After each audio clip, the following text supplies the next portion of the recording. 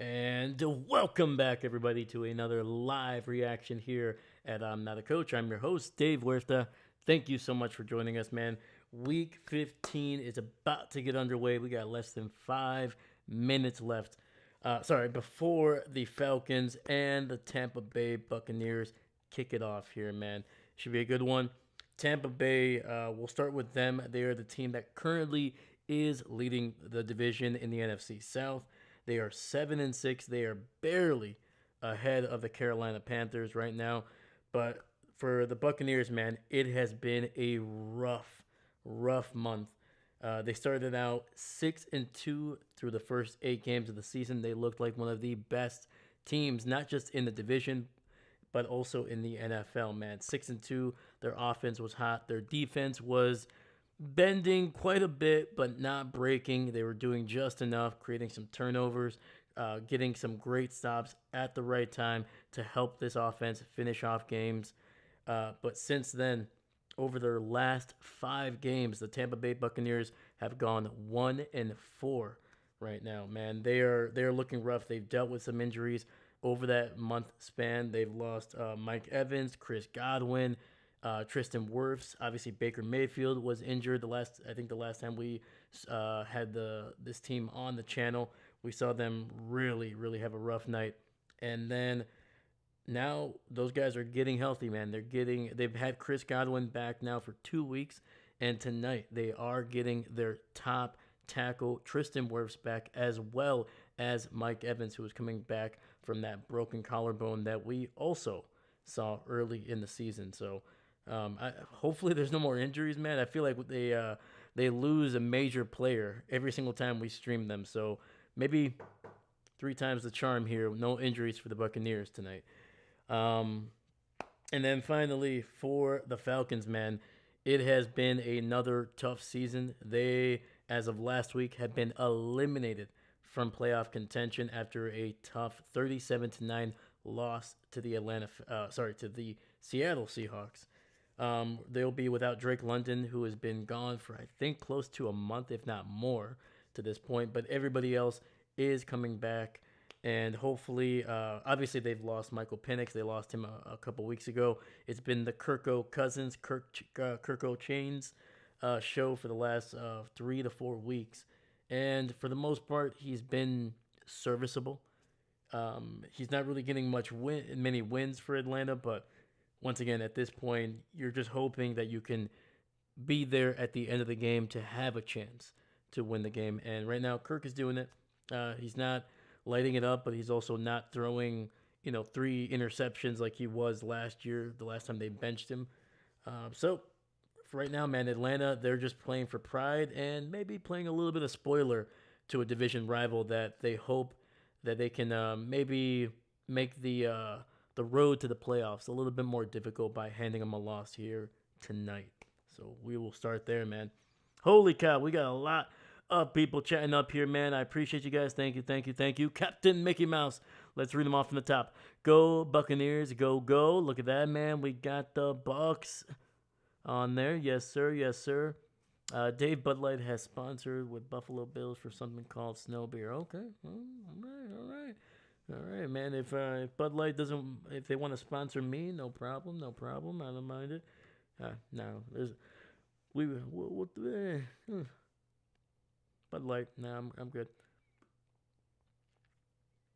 Cerveca Dennis did not participate. Monday, Tuesday, Wednesday. Started this out. Okay. Rashad Wilson out. Drake London out. Dave Buffalo Bills new stadium is 75% done. Woo, let's go. I like it. David, I picked the Falcons to win this game. All right, man. All right. We do have a poll on the channel if you want to check that post out. Make sure you leave a vote. That way we can, it's something we can talk about throughout the game. Let's see. Kind of want to get a consensus of what teams and people are thinking for tonight's game, man. It should be a good one, man. Baker looks healthy. The Falcons, once again, man, they should be hopefully taking some risks. All right, their season is done basically. At least when it comes to the playoffs. So they got 4 more games tonight, and then 3 more after that, man, to see what they can do, man. See if Raheem Morris can save his job. See if some of these players can save theirs for next season. So hopefully they make it interesting for us. Captain LOL without Drake London. Yeah, man, he's been gone for a while. David, I made the pick before week 1. That's fair. That's fair, sir. Captain Mike Evans is doubtful to play. Hey, did you see who's coming back to Colts on Sunday? Yes, man. Philip Rivers is coming out of retirement after 5 years. All right, we get the kickoff. Buccaneers catch it inside the 5 to the 20, 25 to the 30, and keeping it going down to the 34. So a decent return there for the Buccaneers. And, of course, the Buccaneers with the one of the best throwback jerseys, I think, in the NFL, man. Got the creamsicle on there. Plus, the old Buccaneer logo there. Awesome. Perfect. Captain Dave, does it look like New England Pats is streaming in your area on Sunday? I will check it out during this game. I actually haven't checked it yet, but I will. 1st and 10, handoff, and Bucky Urban bouncing it up the middle, and he picks up 11 down to the 45. And that's also another player that has missed some time for this offense, man. Bucky Urban, I think his first game back, was it last week or 2 weeks ago? So he did miss 7 games. I'm just trying to, but he's been back fairly recently, and that was another major player that they were missing on this offense. So this Buccaneers offense getting healthy at the right time. So 1st and 10, ball to 45, Baker in the shotgun, fakes the handoff, looking, trying to find somebody, dumps it underneath to Bucky, and he will scurry his way down the right sideline for a pickup of about 11 and a first down. Let's go. But yeah, dude, it's wild that Philip Rivers is coming back for the Colts. That's it'll be interesting. Right now, there's no word whether he'll be the starter or not. And it'll be interesting. Right now, I would be very surprised if he doesn't start this week. Maybe not too surprising, but it would be astonishing if they don't actually insert him as their starter at some point this season. Baker throws, batted at the line, and that'll be incomplete. 2nd and 10 coming up. Captain, with that snow beer I'm talking about, it's actually made from snow from Hallmark Stadium. Is that legal? Can you actually... I'm assuming it has to be filtered. Because I don't think that's legal. I don't think a company can just be like, yeah, let's just grab some random snow and just dump it in some beer. I'm not disagreeing with you or saying that you're wrong. I'm like, I don't think that's legal, but I don't know. It's going to be a handoff, bouncing it off to the right, and they stack him up. Nothing on that one. Yeah, I'm gonna have to look that up, because if that's true, man, I'm about to get some beer from some cheap beer, and then gonna try to sell some some snow beer, man. Just trying to bump up the price a little bit, an extra $1 just to get my money back, get a side gig on the side, 3rd and 10, Baker in the shotgun, running back to his right. He's looking to that left side, throws, and that ball is incomplete. It looks like him and his receivers were not on the same page. Looks like one zigged when he thought he was going to zag.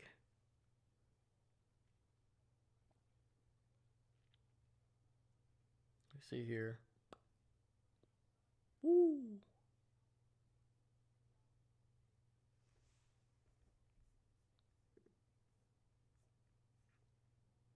Yeah, that was to the rookie Emeka Ibuka. So Buccaneers are going to have to punt this one away. And it bounces at the 5, and it's fair. Oh. Where's it fair caught? So right now they're marking it at the 2, but I think One of the Buccaneers actually was in the end zone when he touched that. Let's see here.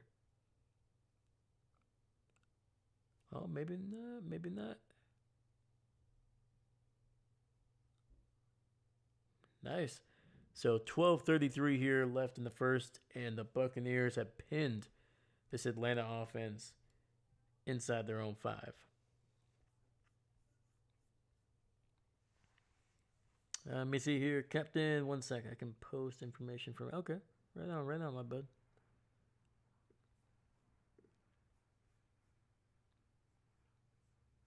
All right. So while we have a little bit of time, let's look at some of the stats for these teams, starting offensively for the Atlanta Falcons. So starting up at the top here, wham, right there.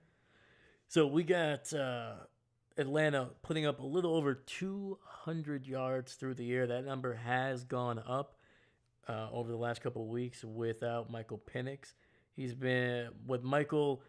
They were a little bit more of a run team. Obviously, he was always a threat to run with his legs.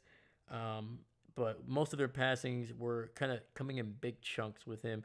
With Kirk, he's obviously a more traditional quarterback, significantly older, and is a lot more comfortable with the short intermediate throws. So right now they are 18th in the NFL. Their running attack has gone down over the last month.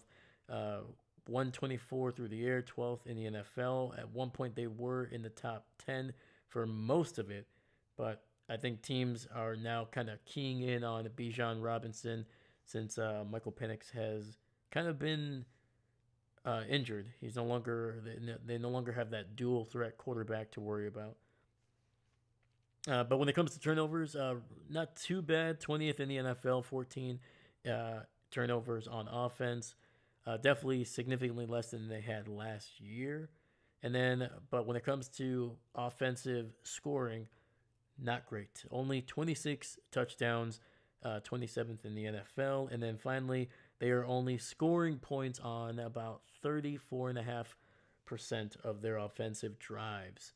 So that final stat is accounting for field goals and touchdowns, basically any drive that ends in points offensively.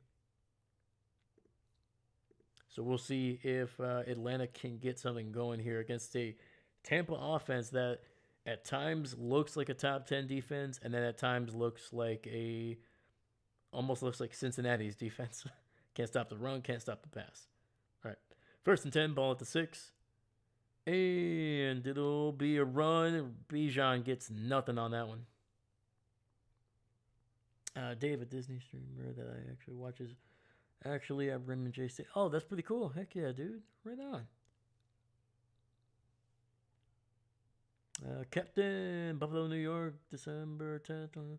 Let's go Buffalo today. Bud Light has announced a limited edition Blizzard Brew made with snow from Highmark Stadium to celebrate. Okay. Oh, okay. Well, they have to. I'm assuming they have to filter it. I'm assuming. But all right. Interesting. It's a handoff up the middle. Bijan running hard, and he picks up 11 and a first down for the ATL. Also, the Falcons with their throwbacks, dude. That like rich, almost like blood red with the old Falcons logo, dude. So good.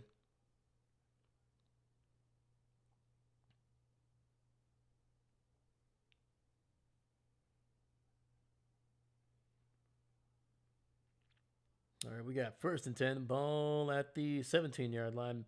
Kirk under Sunder, and he play actions. Throws it to Kyle Pitts, who picks up a first down near the 30.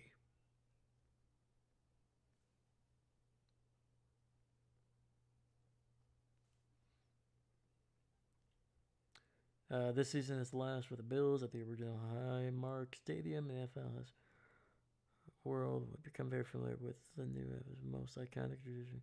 Bills Mafia shoveling. Yeah, man. Heck yeah.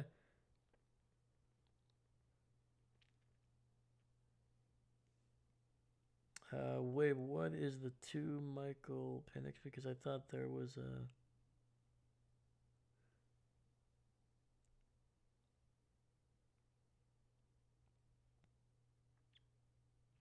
Sorry, what's the question there, Cap? Wait, what is there to Michael Penix? Because I thought there was a. Yeah, run that question by me one more time, my dude.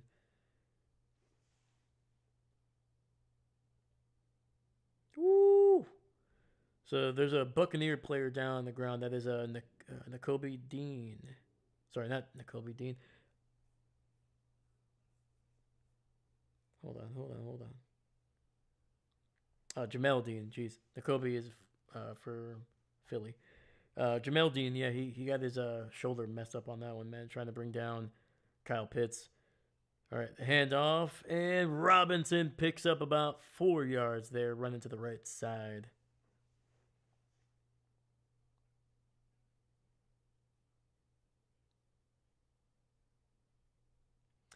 I'm thinking that was drafted. Okay.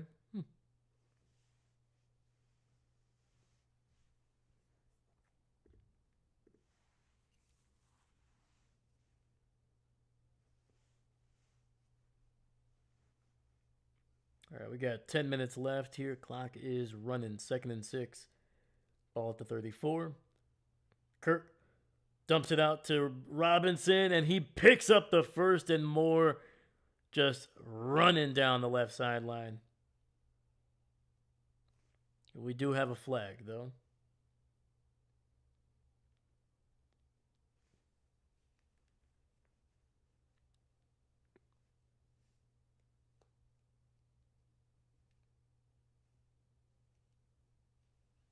Ooh, I think they're going to get Kyle Pitts there for holding.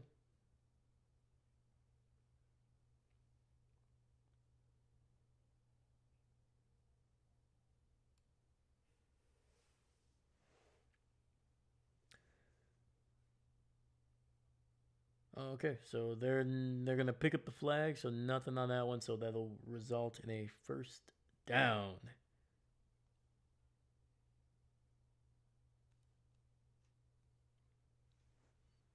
All right, 1st and 10, ball at the 43. Kirk in the shotgun, running back behind him. Looks like Algier. He gets the handoff, and he picks up about 3 yards there, man. So yeah, they got a decent two-headed monster over there in Atlanta, man. Obviously, Bijan is very much the lightning to Algier's thunder there, but over the last month, man, they've both of them have been not as effective as we're kind of accustomed to seeing, man.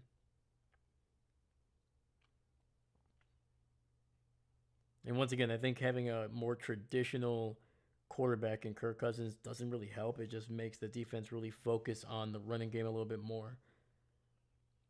All right, Bijan with a carry, and he picks up about 5 or 6, setting up a 3rd and short.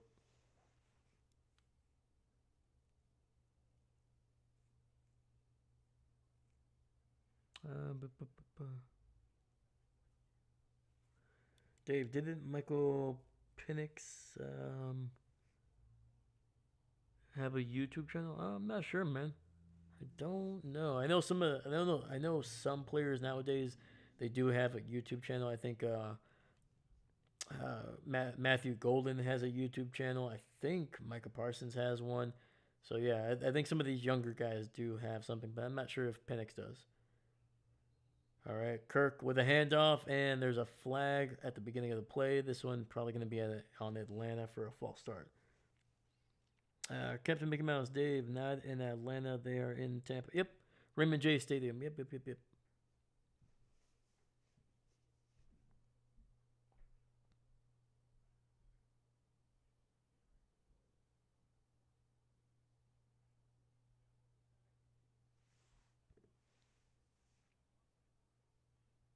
Ooh, let's go, man. We got 4 people watching right now, man. I appreciate you guys. Thank you.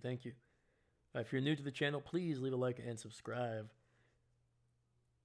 All right, Kirk in the shotgun, and I think this is going to be another penalty on the Falcons, man. They are moving in the wrong direction here.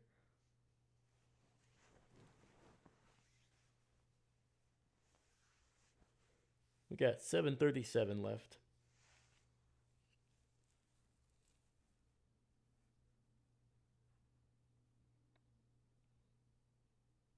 There is a discussion on what the flag is.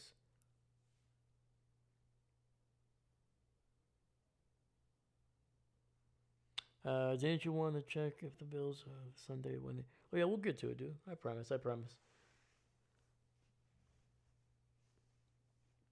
Raheem Morris not happy. Apparently, it's going to be a delay of game.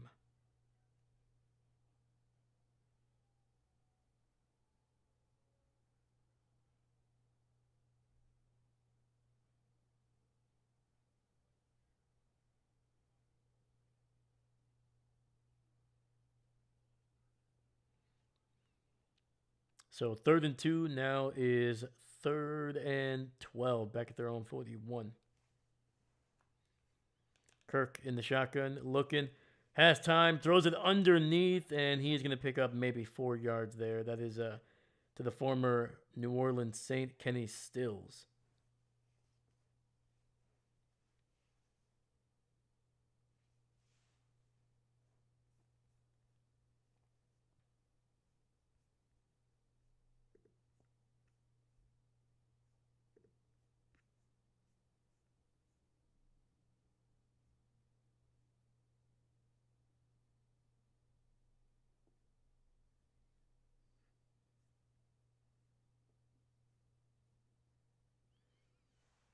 All right, Atlanta going to be punting this one back. So right now, man, the offenses each had had a decent drive to begin with, and then they just peter out at the end, right around midfield. Let me see here. Seastrom, good morning, Seastrom. What's going on, buddy?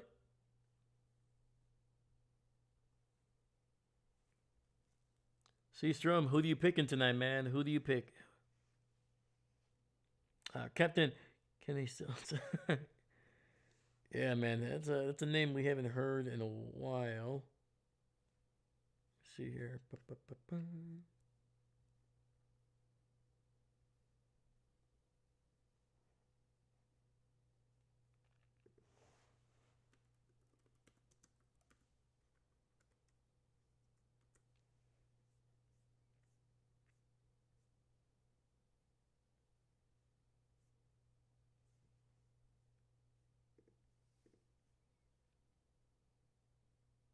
Oh, sorry. No, that's not Kenny. Sorry, my bad, guys.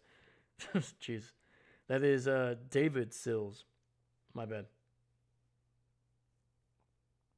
Yeah, David Sills, undrafted out of Buffalo, actually. So he actually spent time with the Bills back in 2019. So yeah, not Kenny Stills. My bad.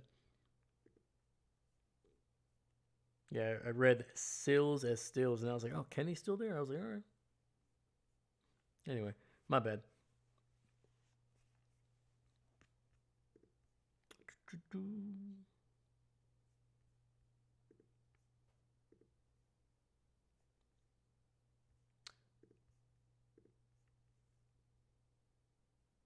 Also, when the heck did Malik Heath leave? Oh, wow, man. The Packers waived Malik Heath. Didn't I even realize that? Holy cow, man. That one slipped under the radar for me. And of course, he was claimed off of waivers. So dang, that's disappointing, man. Malik was a really good player, man, for us for a while.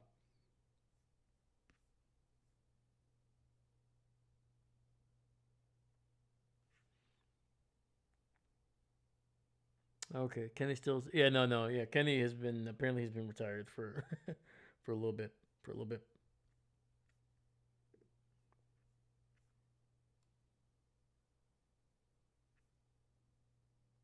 Yeah, Kenny hasn't played since 2021, so that was it's on me.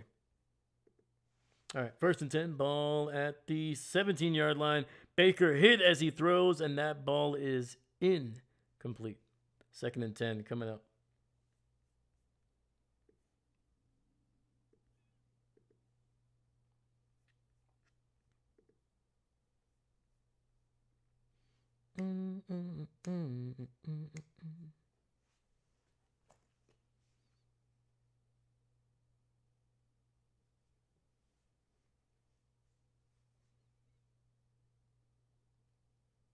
All right, we got Baker in the shotgun, running back to his right. Once again, ball at the 17. A lot of pre-snap motion, handoff up the middle, and I believe this is going to be Urban picking up about 5 or 6 yards, man. He is just keeps driving down the field. You can tell this offense has missed Bucky Urban.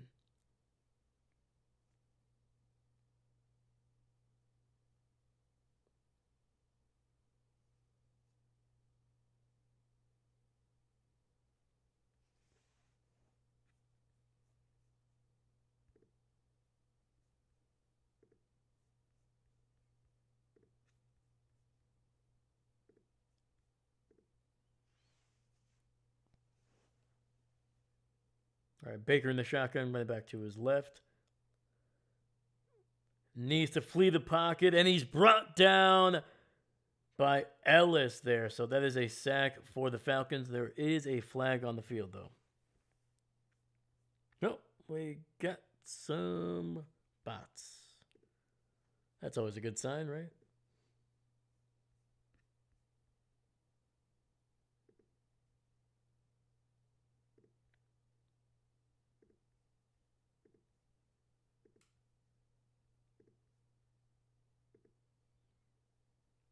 And actually, it looks like they might actually get Atlanta for defensive.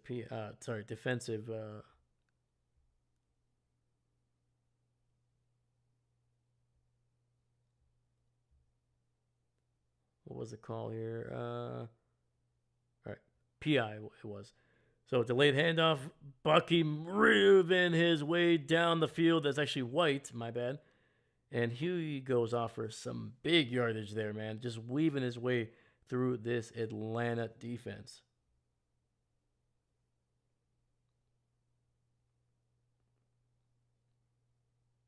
Ooh, look at that, man. Faked him out with a little bit of an orbit motion there.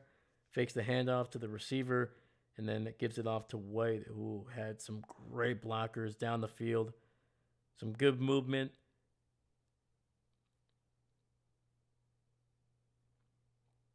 And as Vince Lombardi once said, man, everybody just grabbing out there.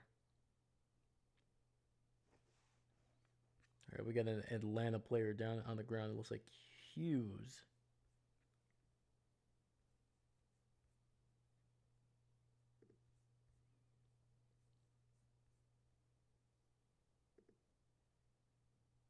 Ooh. Ooh, got taken out by one of his own teammates there, man.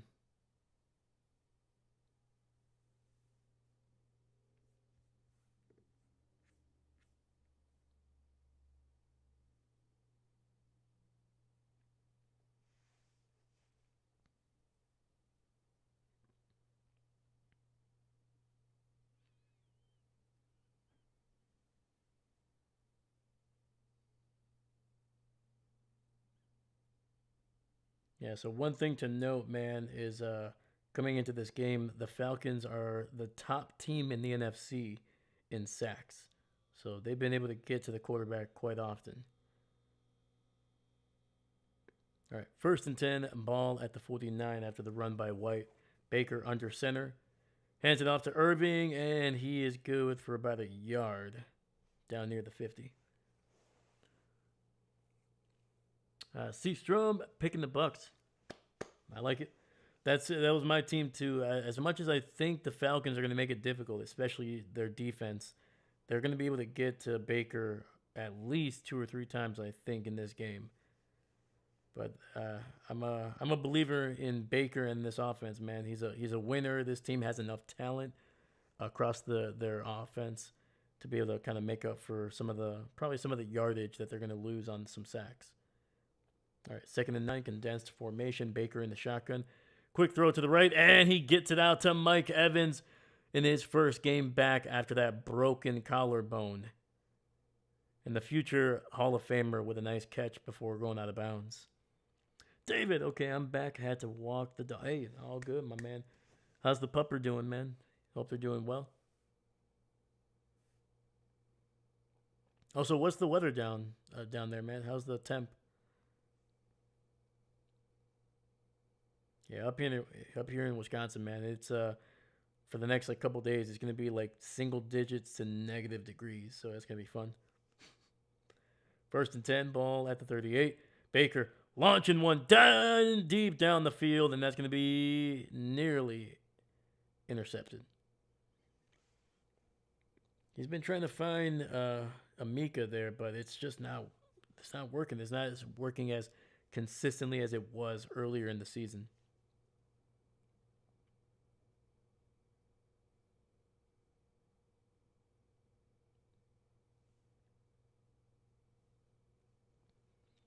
All right, we got 3:01 left in the first here. 3 receivers to the left, Baker in the shotgun, running back to his right. He's got some time. He's going to try to step up. He's going to take a sack back at the 44. Woo. And that was Pierce with a nice sack. That is the second time on this drive that they've been able to bring him down for a sack. This is the first one that was not wiped away by a flag, though. Seastrom, it's either tomorrow or the day after. The high will be 80 degrees. Ooh! Oh. You guys want some of my cold, and I'll take some of your heat. That way it's a nice balance. 3rd and 15 after the sack. Throwing it deep. He'd broken coverage. And he's got the rookie down near the 20, but there is a flag in the secondary.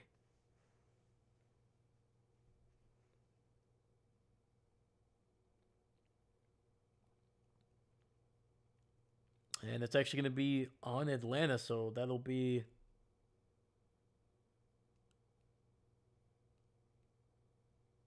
So that'll be likely declined, I believe, and that'll result... the play will result in a first down.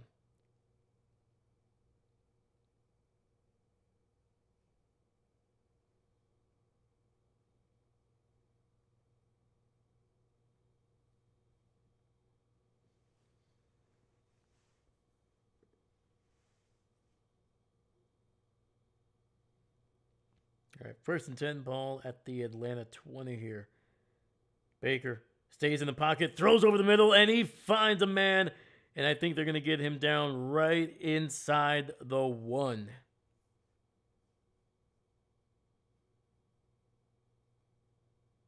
That was a hell of a throw.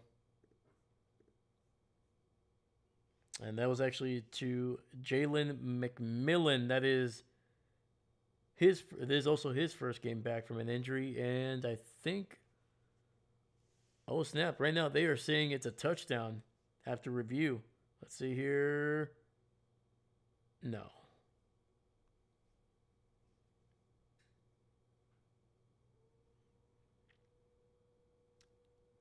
So there was a big delay. Then they say it's a touchdown. I think they just said that so they could review the play.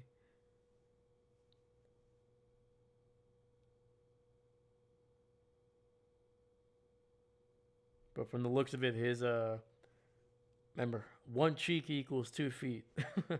But it looks like one of the cheeks hit down before the ball crossed the plane. So this will be 1st and goal, probably very much inside the 1.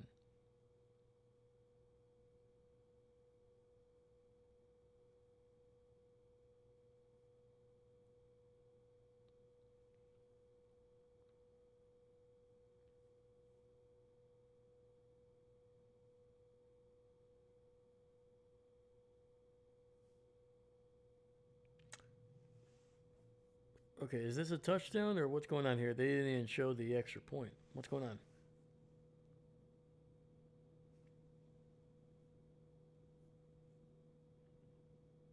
We see here the call on the field was a touchdown, but it's under review. Okay, gotcha. All right, well, we will put the 6 on there, but something tells me that it's going to be coming back. Or at least it's going to be taken off the board. I don't know. What do you guys think? Was that a touchdown or was he short? Let me know. Let me know.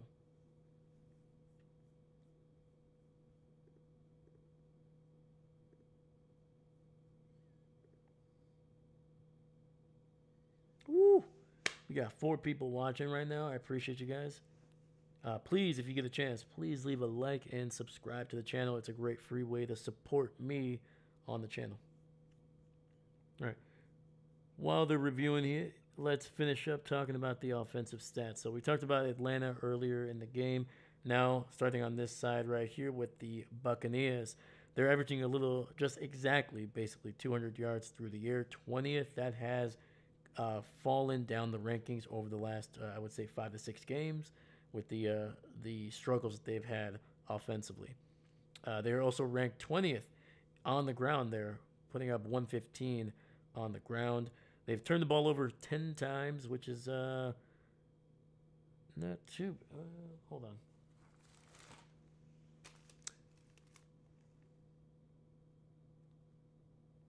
I'm gonna have to. I don't think that ranking is correct, so don't worry about the 20th on this one.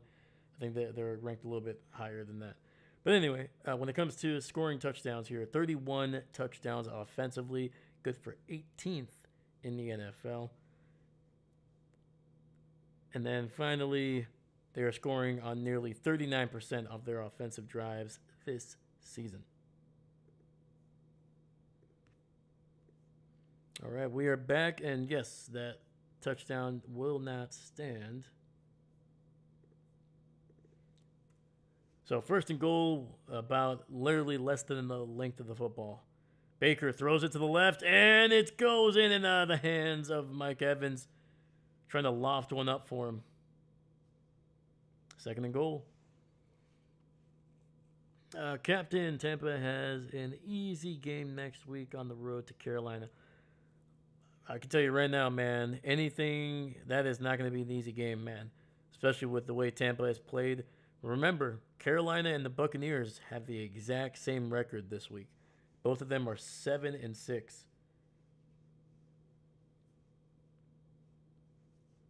Baker under center. They got the big man Vita Vea as a fullback, and it's a touchdown for the Tampa Bay Buccaneers. Let's get the cannons firing off here tonight.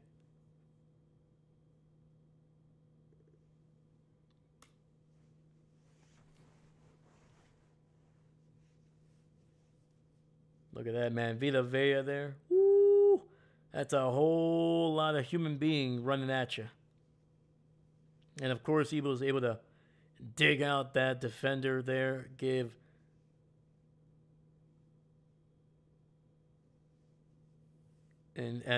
them some great space to get a touchdown there. I was wondering, I was like, who the heck is that? But, yeah. All right, man. The extra point is good as well. Panthers suck. I mean, if they beat the Buccaneers and Carolina play each other 2 times starting next week, if Carolina wins both of those games, man, they're going to be not only winning the division, but they will be in the playoffs, and the Buccaneers are likely would be eliminated. So, once again, I don't think Carolina is a great team, but I don't think they're far off from where the Buccaneers are right now. I think Carolina's defense is more consistent than the Buccaneers' defense is, but I do believe that Tampa's offense has more explosiveness to it than Carolina. Plus, Baker, I think, is a better quarterback at this point than Young. David, I never know how a game will go this season. 100%. 100%.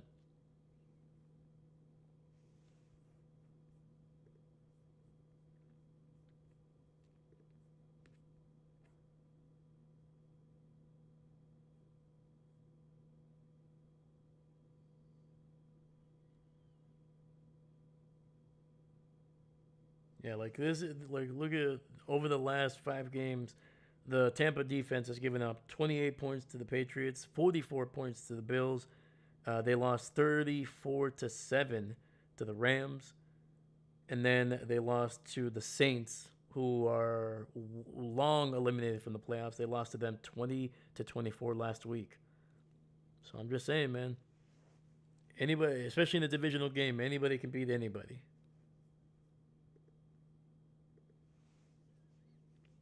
All right, that'll be a 5th catch, and the Falcons. We'll see if they can respond to Tampa's touchdown here. We got 1:38 left in the first. 1:38.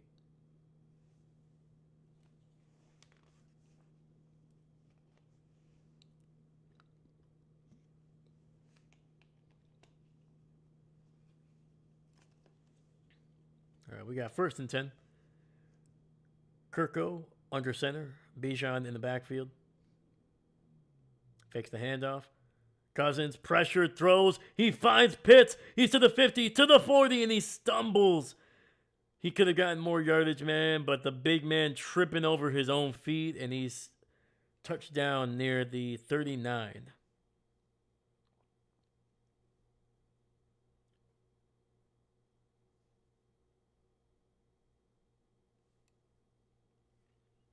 And David, hello, sir. How are you?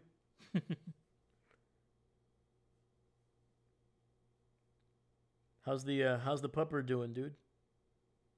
All right, Kirk under center, hands it off to Robinson to the left side, and Tampa able to hold him for a 3-yard gain, but there is a flag.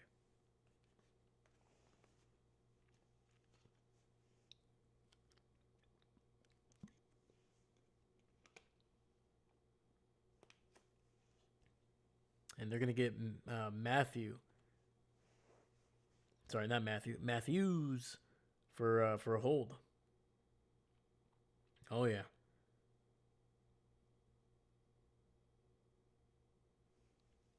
Grab the inside of the pads and give it a good little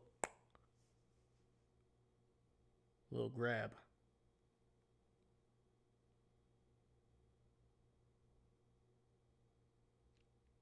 All right, 1st and 20, ball at the, back at the 49. Kirk in the shotgun, running back to his right. Bijan gets the handoff to the right side, and he will be down near the 41. Picks up 8 on that one. Dog is doing well enough. Oh, hey. It's Kirko, Big Chains, Cousins. Oh, yeah, man. Kirko, Big Chains.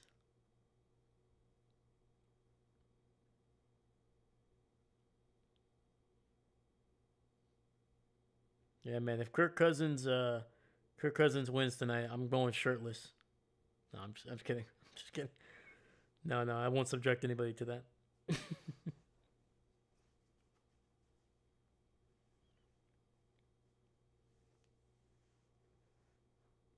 Plus, I don't even have chains, you know. It would just be a guy streaming just without a shirt. Gotta have the chains, man. You gotta have the chains. All right, that's the end of the first quarter. We head to the second with Atlanta in enemy territory here down to the 41. All right, man. Is there obviously only their second drive basically here, but hopefully they can get something going on this drive.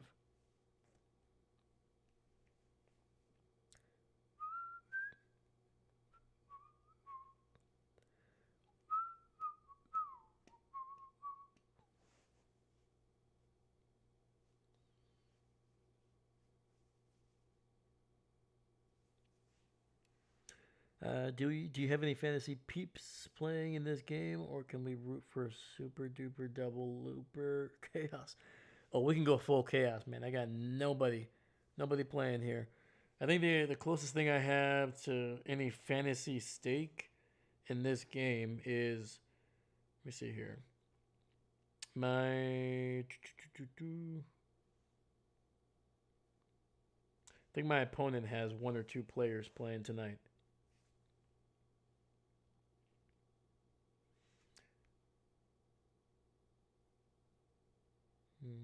Let's check it out here. We got a little bit of time.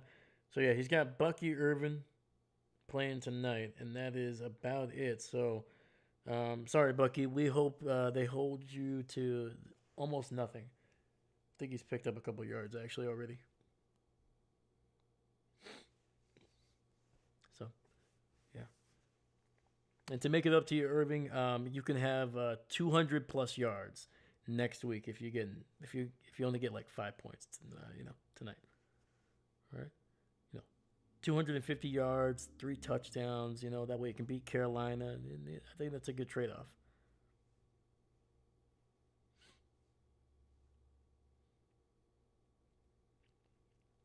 Captain, come on, Cousins, throw like you did as a Viking, Dave.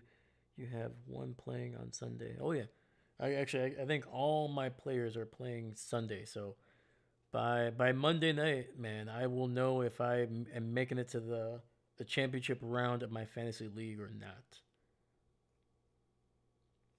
So hopefully. Oh, sweet. I think I just saw somebody that I saw at the draft in Green Bay. So it's going to be a throw to Bijan underneath the coverage, makes a man miss, and he picks up some decent yardage there before going out of bounds.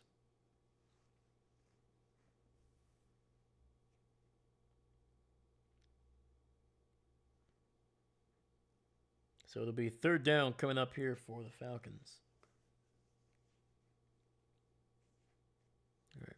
3rd and 5, ball at the 34. Kirk in the shotgun, running back to his right. Looking, throws it over the middle, and he's got his man for a first down.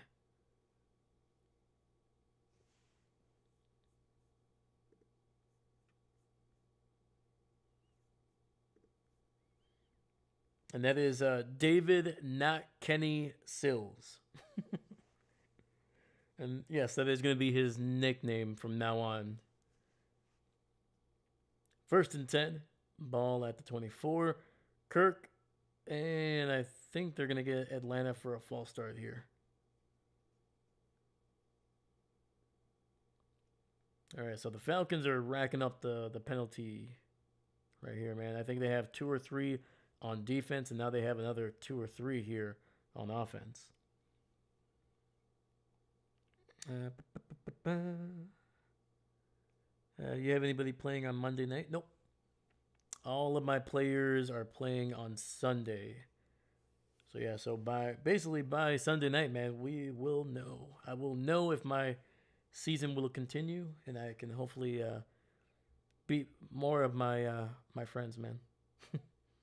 1st and 15 after the hold, and Robinson taking it to the left, and he will pick up about 5 or 6 yards there, but we got another flag. And based on Raheem Morris's reaction, it's going to be actually on Tampa Bay.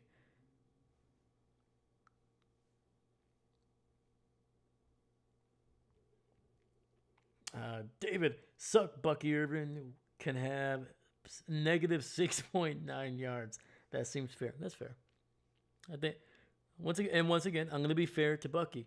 He can go off for like 200 yards, multiple touchdowns next week, man. He can do whatever he wants next week. But tonight, I just need him to, like grab some tea, take the helmet off, take the pads off, man, and just enjoy it, man. Sit on the bench, and just maybe read a good book. Do the AJ Brown thing. Kirk looking, trying to find some room, and he finds nothing. Trying to get it out to David, not Kenny Sills there.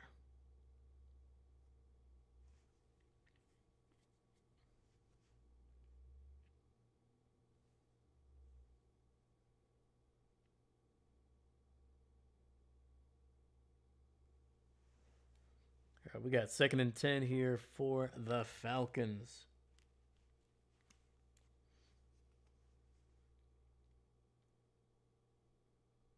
All right. Kirk 2 chains in the shotgun. Ball at the 19. Throws it to the left, and woo!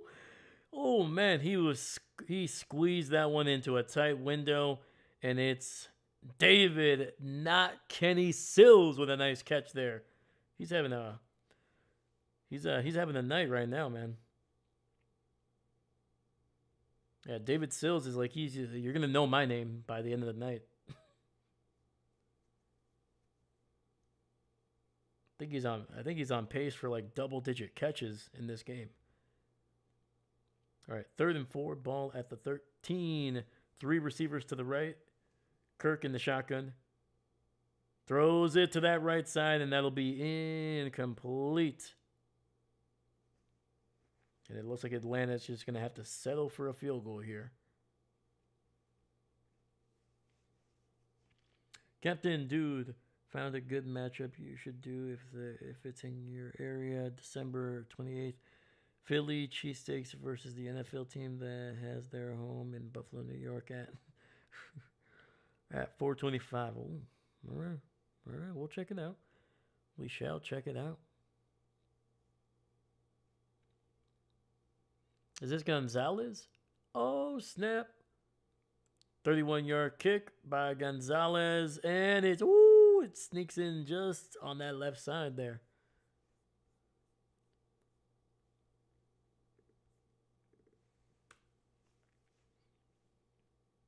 There was a flag, but it was actually against Tampa Bay. So this is actually going to take the field goal off the board, but it'll give Atlanta a first down because it was 4th and 4. So 5-yard penalty. First down.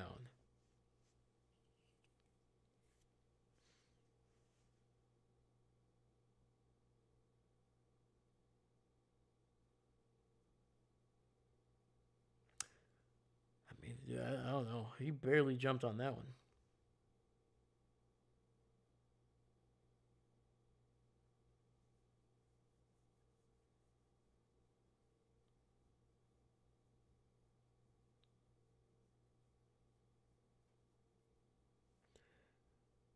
Who will the Philly cheesesteak is right?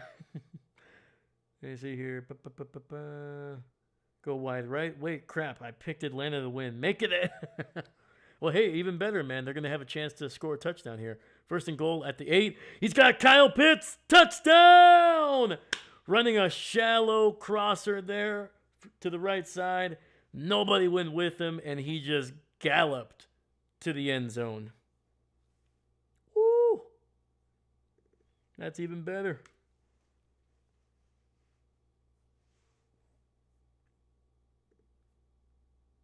And unfortunately, that was on number 27, Zion McCollum. The penalty on the special teams play. Giving them a second chance. And the Falcons take advantage of it with a great freaking play, man. All right, Gonzalez for the extra point. And this one, a lot better right down the middle. And the Falcons, with 12:11 left in the second, have tied it up with a Kyle Pitts receiving touchdown.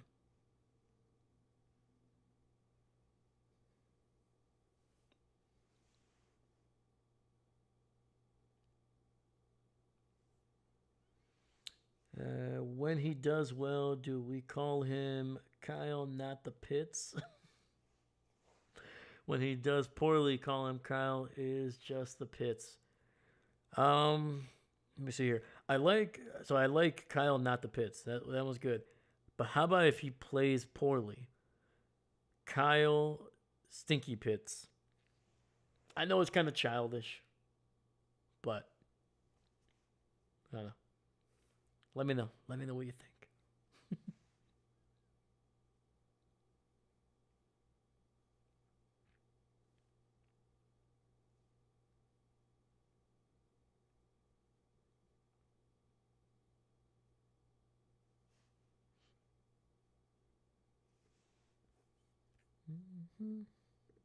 Oh, baby.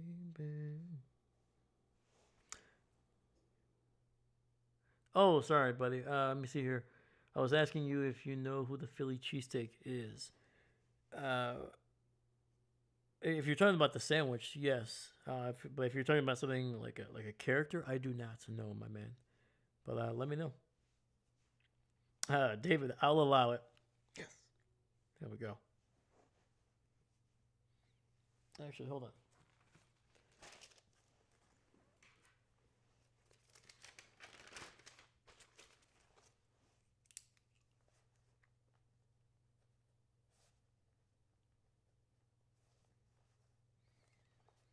So I did find the notebook that I wrote some of the nicknames on. I lost it again, but once again, it's in the house somewhere. But I'm gonna write the ones that we're creating now. That way we can mash them up. I'm gonna put them in a Word document. That's what I gotta do, really. But I'm very much an analog person still, for the most part. Captain, no, in NFL, I do not know, man. Yeah, no. Let me know. Let me know who is the Philly cheesesteak. Please and thank you, sir.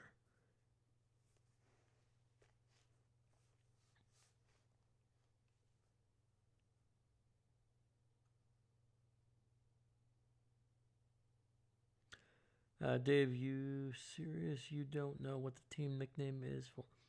I do not, man.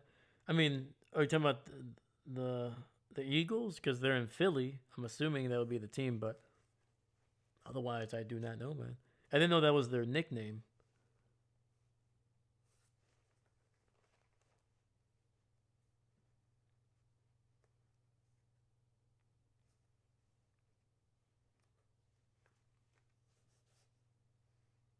But I do like that nickname, though. That'd be pretty good.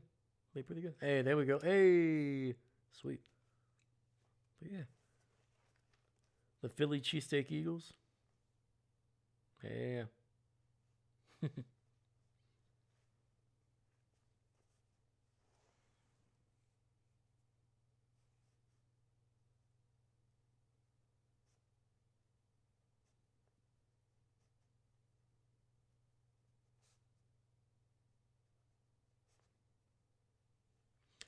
All right.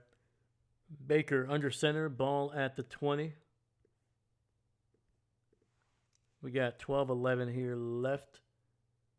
Hand off to Irving, and he goes off for about 8 or 9 yards. Holy cow, that was a good run.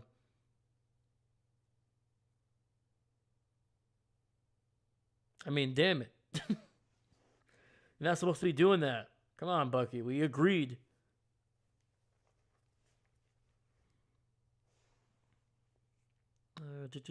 David, who is the Philly cheesesteak?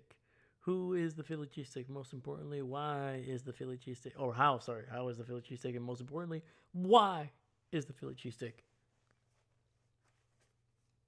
All right. 2nd and 1. Ball at the 29. Baker under center. Fakes the handoff. Pressure. And he is brought down for another sack. Losing about 4 or 5 there. We do have a penalty, though. Oh, no. It's going to be a holding penalty on Terrell. That is his 2nd or 3rd penalty of the night.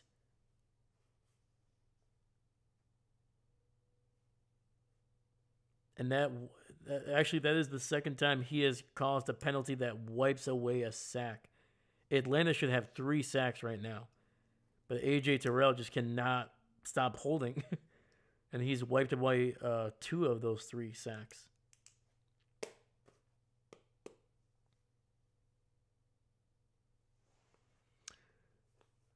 Dear Eagles, you're only awesome if you're in reference to the F5 flight jets. Sincerely, Packers. Ooh. Throwing some shots. Some flying shots here. All right, and around to Sean Tucker there to the left. He breaks through and picks up about 5 or 6 there on the first down play after the penalty. So we got 2nd down coming up. Captain David, did you see Buffalo pick 6 and see last Sunday? Dang, that's a lot of penalties for one guy. Maybe he needs to be held more in the offseason. You know, I think he's just doing it for attention, man. Sometimes they're just looking for a hug.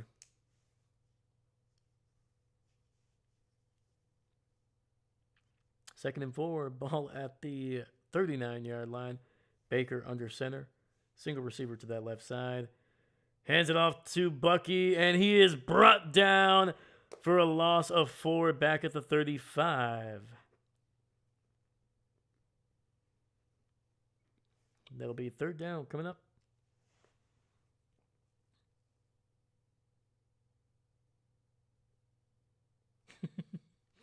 It was glorious. Yeah, that was a wild wild finish to that game, man. Jesus, man. They're showing Baker just headbutting people without a helmet. All right, 3rd and 8.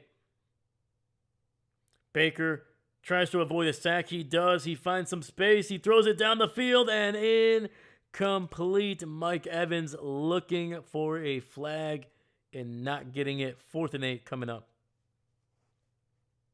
Oh, we got a flag.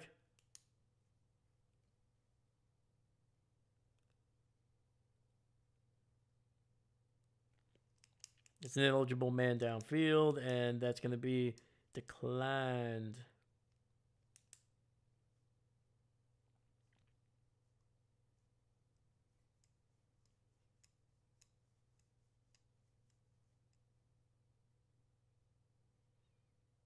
Yeah, unfortunately, that was Feeney getting down the field a little too early.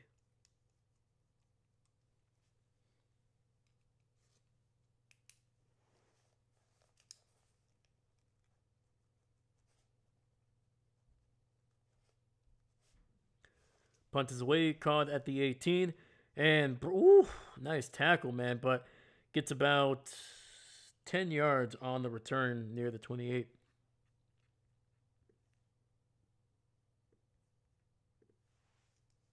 All right, we got 9:35, and it's a tie ball game right now. We're going to see if Kirko 2 Chains can get it down the field and get Atlanta their first lead of the night. Captain Dave, did you hear the refs during the Buffalo game? Listening, made a mistake. They marked Allen on a 35-yard line when they meant to do 77 yards. I heard that they initially, tell me if this is the one that's, or if it's a different one. Remember they said that he scored from 35 yards out, but it was actually a 40-yard run. That was the one adjustment that I heard. I didn't hear about the 77-yarder.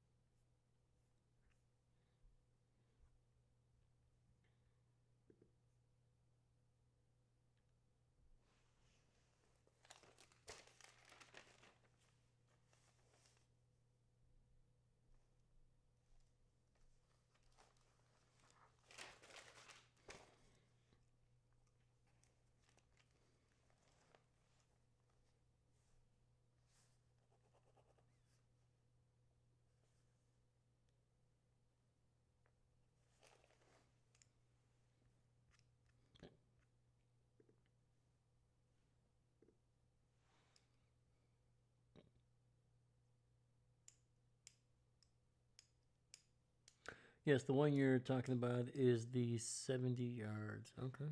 All right.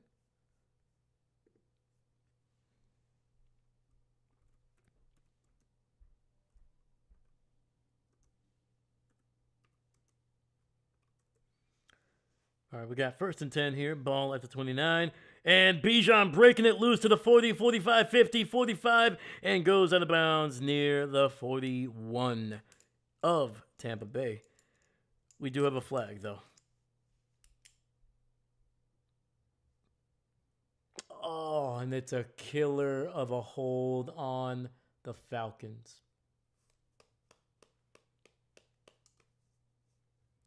And that literally wipes away a 30-plus yard run. All right, well, there's a lot of flags in this game so far. That is not what you want for a game by any means.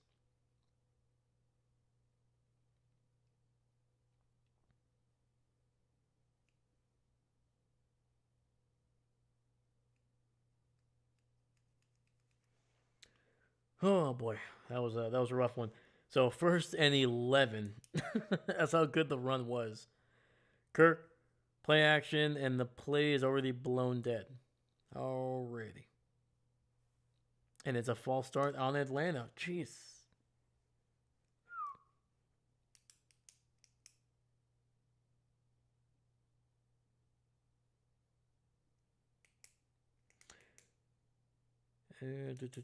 So this is from Google, my man.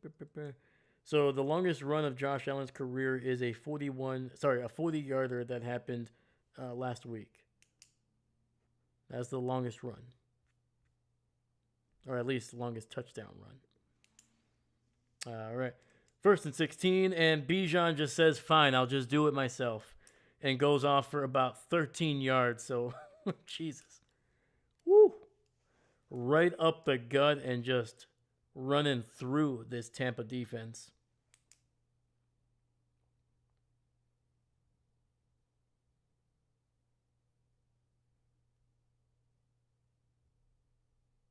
That was a nice run there, man. Holy freaking cow. 2nd and 3. Ball at the 36. Kirk under center. Bijan in the backfield.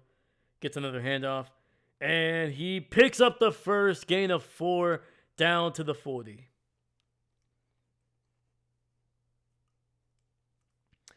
These refs, yo, they're playing to win the game. Yes, sir. Captain, yep. Hey, there we go. There we go. What's going on with Keon Coleman? I was watching something about he may be out. Yeah, I feel like he's missed a couple games over the last couple weeks. I know he was like 2 weeks ago he was out. So yeah, I wasn't sure if he was healthy enough last week to play or not. All right, we got 1st and 10. Kirk in under center, single back in the backfield. Play action, pressure. Throws it down the middle here and unable to get it to almost like Mooney. Mooney.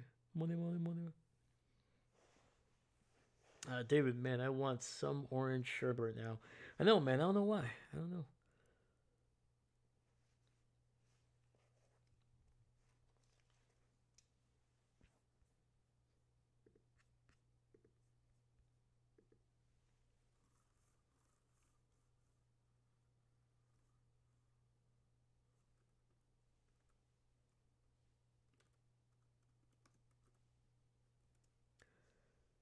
Kirk looking, throws it deep down the right side, and ooh, dude, was that a catch? If that's a catch, that is going to be one of the best catches of the season, and they're saying incomplete. Let's see here. Back shoulder throw. Oh. And plus the ball moved too, so that's a heck of an effort there by Bijan.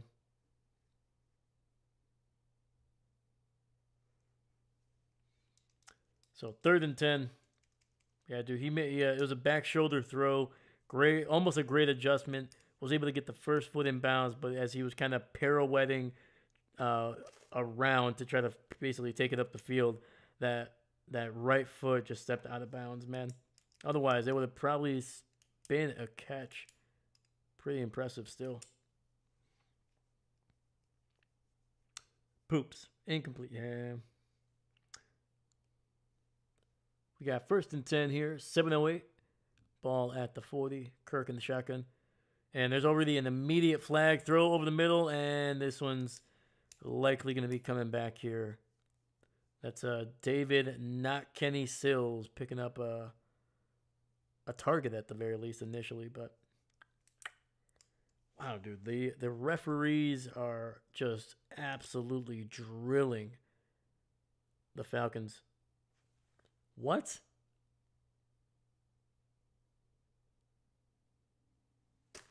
How the heck is that? Dude, I've seen offensive linemen move way more than that.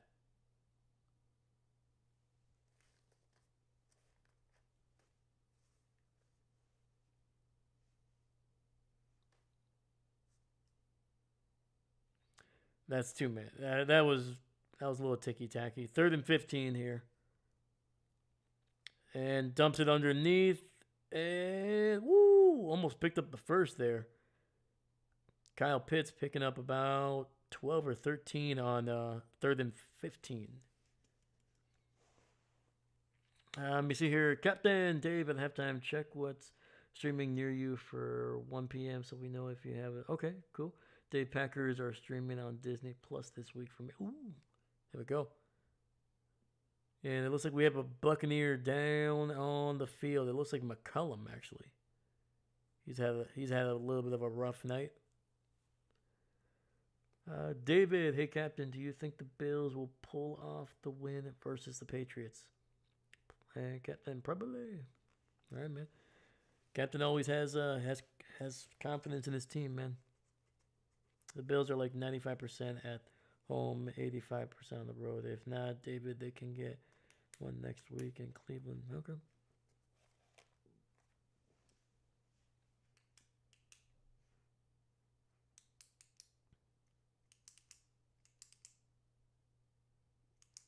Well, they better, because I picked them to win. If they don't win, I'm holding you, Captain, responsible.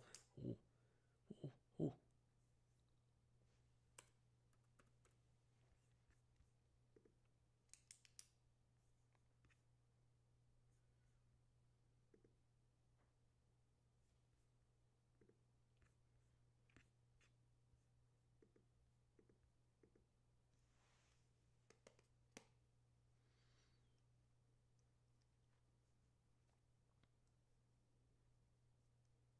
All right, punt is away here for the Falcons, and it's going to roll into the end zone for a touchback. So we got 6:29 left before halftime.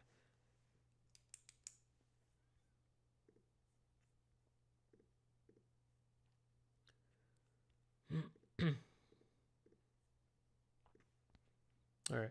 So while we have a little bit of time, let's talk about these teams defensively. So starting on this side here with the Falcons, they're giving up just 192 through the air, good for 9th in the NFL. Once again, their pass defense has been consistently in the top 10 since the beginning of the season. But when it comes to stopping the run, that's a very different question. They're giving up 131. That is 24th in the NFL. And they've only caused 16 turnovers, including 10 interceptions. It's about middle of the pack for the NFL. And then they have been giving up a little around 31 offensive touchdowns. That's good for 18th. And then finally, when it comes to putting pressure on opposing quarterbacks, as we are seeing, they are one of the best teams at doing that here. They're putting pressure on nearly 26% of opposing quarterbacks' dropbacks. Tonight, it might be closer to 65% than that. So then on the other side here with the Buccaneers, once again, giving up over 235 through the air. That is good for 27th. They are struggling to slow down opposing quarterbacks. Hopefully Cousins is able to take advantage of that throughout the game. Otherwise, I feel like eventually Tampa Bay might pull away. They're good at stopping the run, though. Just giving up 101 on the ground. 19 turnovers. That is good for 7th in the NFL. And that just kind of tells you how close the margins are. A team that's giving that has 16 turnovers is 14th in the NFL, basically middle of the field. And then a team that literally only has 3 more is in the top 10, nearly the top 5 in turnovers. That just tells you how close these margins are. Tampa Bay, they're giving up 36 touchdowns defensively, 24th in the NFL. And finally, they're putting pressure on opposing quarterbacks only 19% of the time.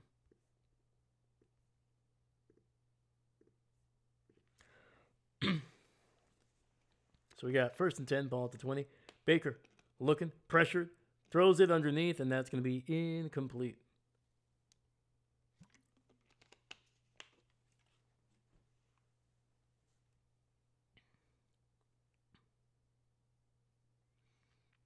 Let me see here. Captain, speaking of Cleveland Browns, you haven't streamed them since week 6. Yeah, man, it's been a while. I think that we had like two games so far for Cleveland. We haven't done the Colts or the Titans. The Colts, I think we're eventually gonna do because they're gonna have a primetime game in the next like 2 or 3 weeks. I think. 2nd and 10, quick throw and a little bubble screen picks up about 4 down to the 24.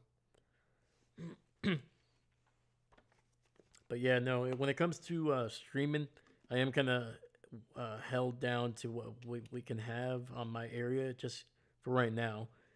Uh, but then on top of that, I do get to choose. Obviously, if there's a CBS and Fox game, I'll try to pick the most interesting matchup. But yeah, man, Cleveland just hasn't been in my area lately. All right, we got 3rd and 6. Baker in the shotgun.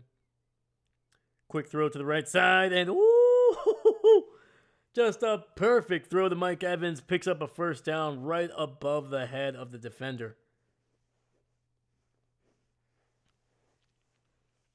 Let me see here. David, 131 made me think of 151. Rum. Ooh. Yeah, man. Some rum. And anytime I think of rum, I think of Captain Morgan.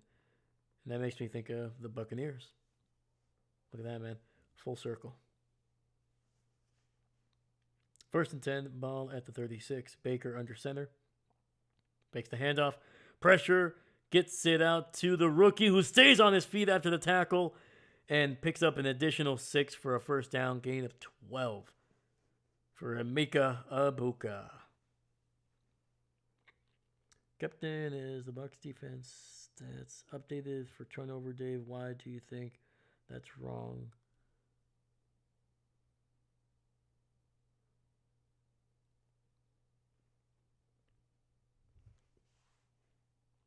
The defensive stats are good, yeah. The one that was wrong was the Buccaneers' offensive stats. I said, I think I wrote down 28th. They're actually the 3rd best offense at not turning the ball over.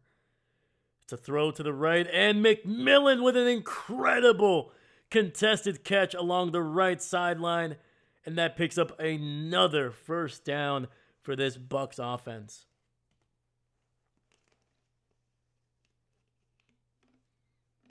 Yeah, McMillan on the right side, pre-snap motion for him. Just a deep, was that like a corner route, out route?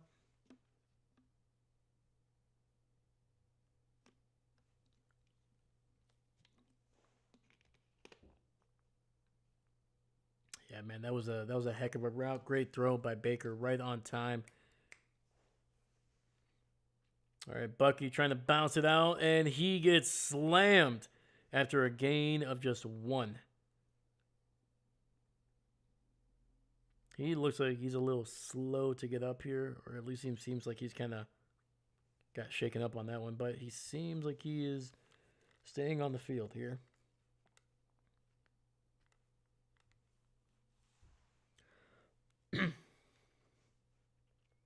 Week 16, you'll get calls for a primetime game against San Francisco. That's it right there.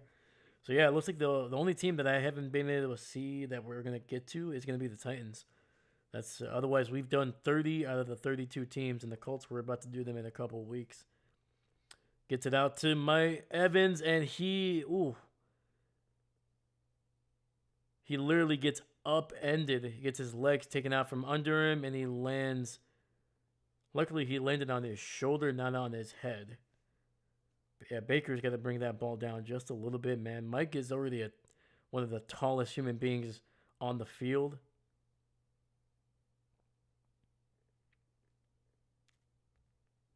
Yeah, when you overthrow Mike Evans there a little bit, you know you threw it a little too high.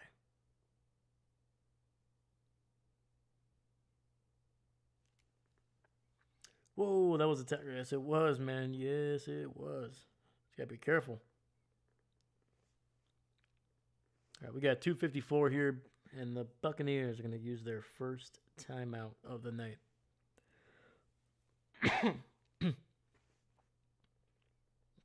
Mike, he definitely landed on his back awkwardly. He's trying to, oh no. He looks very, very frustrated on the sidelines, man.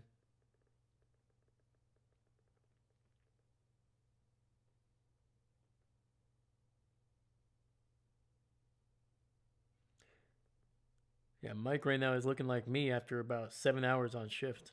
I'm just like, please, ah. All right, we got 3rd and 9.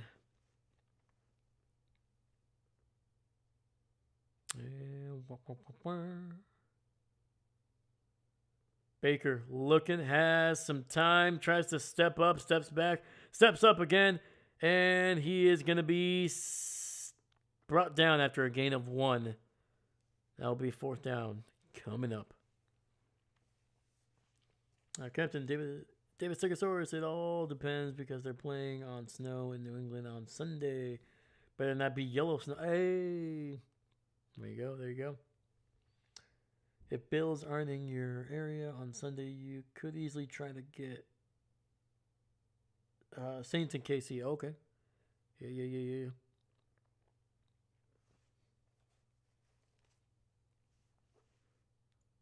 All right, this is going to be a 49-yarder for McLaughlin. And the kick is, it's good.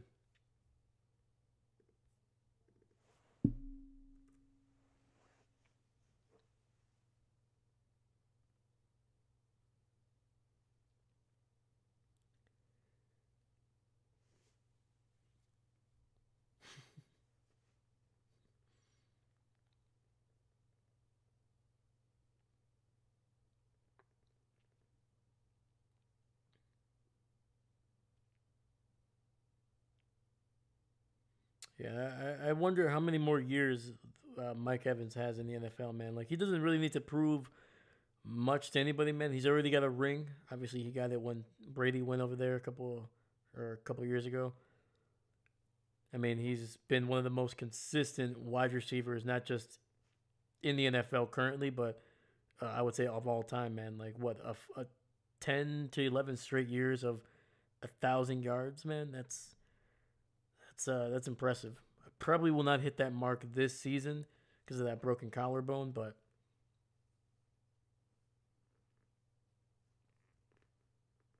yeah.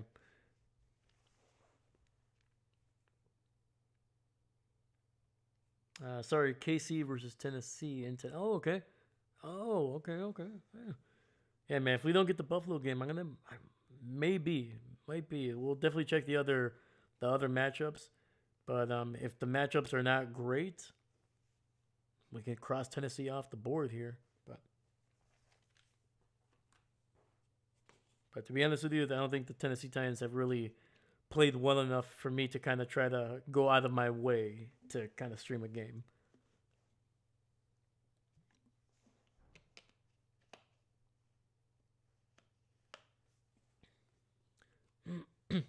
No offense to them. I know they're trying to build something down there, but might be a year or two before they're really good. 1st and 10. Kirk dumps it underneath to Robinson, and he picks up about 9, maybe 10 yards there on the screen. All right. That's going to take us to the 2-minute warning. We got 1:57 left.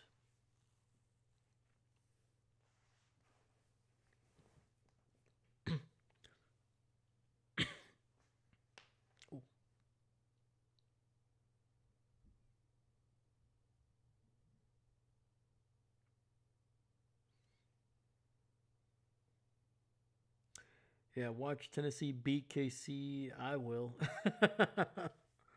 Oh, come on, man. The team's not playing that bad. Titans have been doing good. Yeah, they won last week, right? They beat the Browns. Pretty sure. Because that was a game that Shador threw for over 300 yards, right? 4 touchdowns.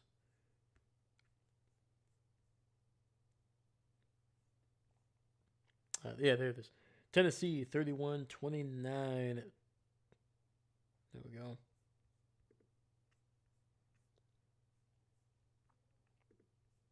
Yeah, Shador, 23 of 24, 364, 3 touchdowns, 1 pick. He also ran 3 times for 29 yards and a touchdown. Yeah, he was the leading rusher for them, actually.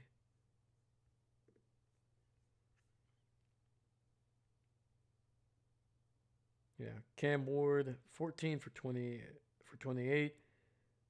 So not great, 50% there. 117, 2 touchdowns to 1 interception. Tony Pollard, man, went off. 25 carries, 161, 2 touchdowns there. All right, all right.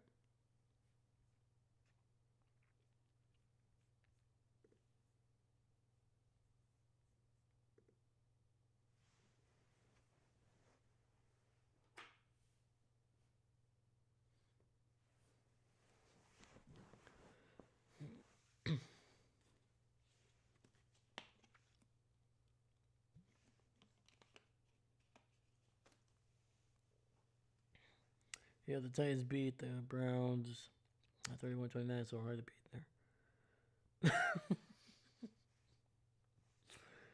Oh, man. Captain, you crack me up sometimes, man. All right. 2nd and inches. Ball at the 45. Handoff to Bijan, and he picks up about 3 there over the middle. Falcons have all 3 of their timeouts. They got about a buck 45 here, so they don't really have to rush, but they don't want to dilly-dally for sure. At least you want to get into field goal range before you start slowing down. All right, Kirk in the shotgun, running back to his left. Looking. Lofts one to the right. He's got his man. He's to the 30, to the 25, 20, and taken down at the 17. Kyle Pitts is having himself a night.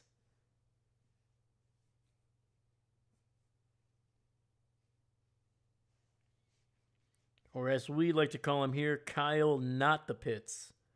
Because, yeah, man, he's... Whew.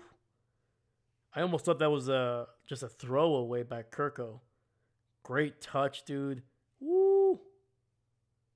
And if it wasn't for Winfield, man, Kyle Pitts might have been off to the races.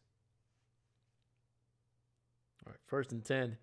45 seconds left. Kirk looking. Delayed blitz. Throws to the right. He's got a man again. And touchdown, Kyle Pitts. His 2nd touchdown of the night, and it was just the same route. It was basically kind of like a little slow go route there. Wow, man. Wow. That was horrendous by the Buccaneers, dude.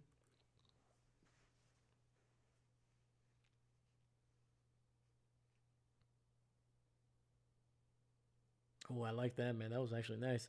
So they had a receiver on the outside. He was basically running a post route, and that took the safety that was covering the right side of the end zone. Took him with him just enough for Kyle to who was running a little bit of a fade go route there towards that side. So he was starting up down the seam, and then he drifted to that right side.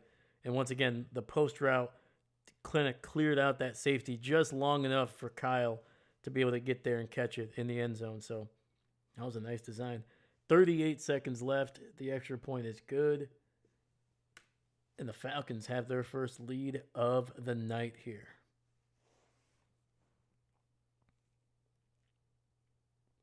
Sorry, Dave, what I said, but it's funny. Oh, no, you're all good, my man.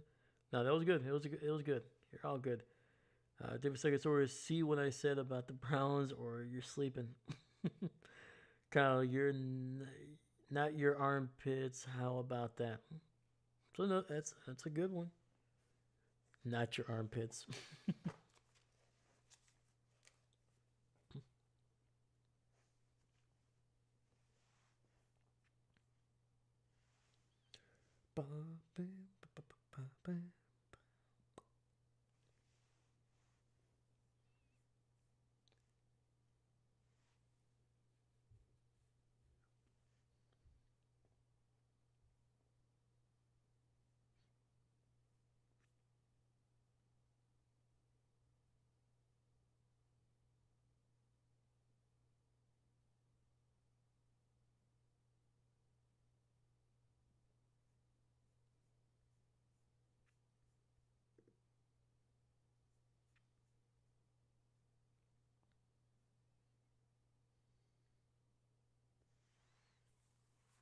All right, so we're on a commercial break here. We're not missing a thing. We're about to probably head into halftime here. I'd, I'd be surprised if the Buccaneers are able to tack on any more points here. Their offense has been kind of kind of slow. They start out fast, but they slow down basically by midfield as the Atlanta defense really just begins to tighten up a little bit.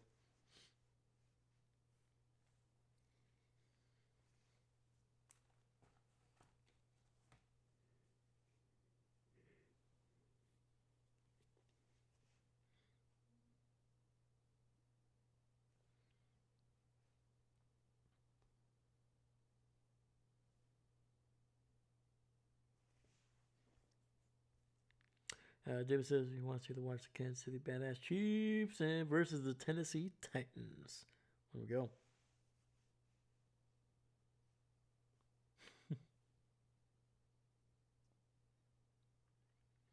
All right, we got a little swift kick that was bobbled there for a little bit, and the Buccaneers are going to get a decent return there by Sean Tucker.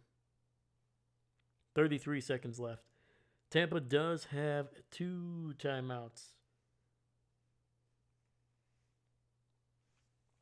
And I mean, they're playing for their playoff lives right now, man. They're ahead, but a loss here and a Carolina win this week, and then if Carolina beats them, then we're talking about a 2-game hole that you're in against a team that you face one more time before the season ends, man. So, 1st and 10. Baker gets out of a sack, throws it down the field. The ball's popped up in the air, and it's nearly intercepted. It'll be incomplete. Divine Diablo nearly got to that one. The former Las Vegas Raider.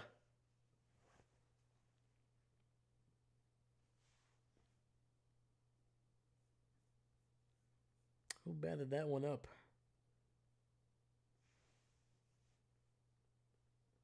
So that was Roque Hororo. And I said that correctly. Don't you dare say anything. 2nd and 10. Ball at the end. That's going to be incomplete. Trying to get it to Mike Evans, running an out route there right at the line to gain. Oh, we got a flag. Is it on A.J. Terrell again? He's already got 3.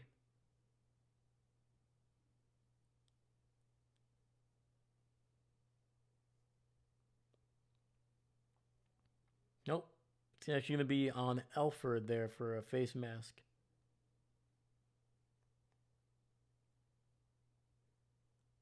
Oh, yeah. Geez. Just full on. Just a full on face mask.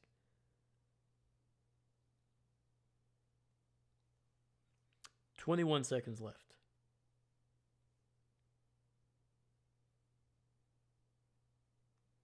All right, Buccaneers get the ball at the 41. Baker in the shotgun, running back to his right. Has time, throws to the left. He's got a man wide open. He slides, and that'll be right out of bounds at the 26. Stops the clock with 13 seconds left.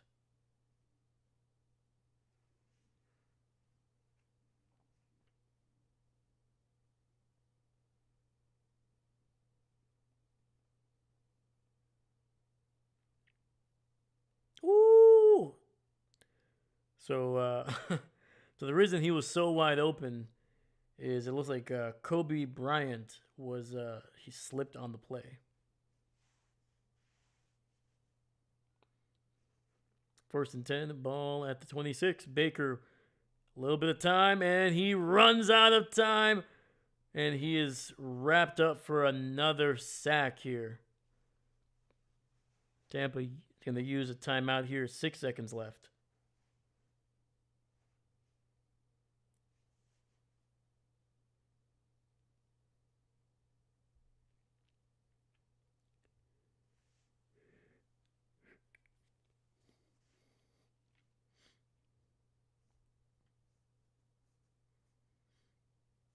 Yeah, I would be surprised if this isn't a run, just to get a couple extra yards here to shave off a little bit here off the kick.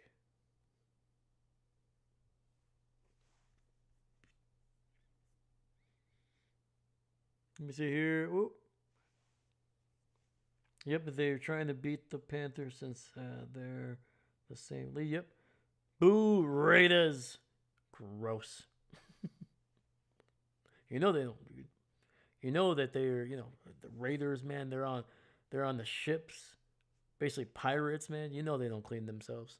They might clean themselves once or twice a year, man. That's can't do it. All right, Atlanta going to use a timeout here, trying to make sure that they're prepared for whatever the Bucs have in store here. You bat the ball in the bathroom in the background. What?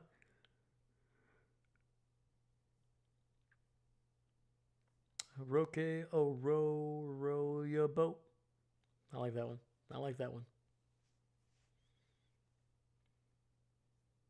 All right, we got 2nd and 18. Ball at the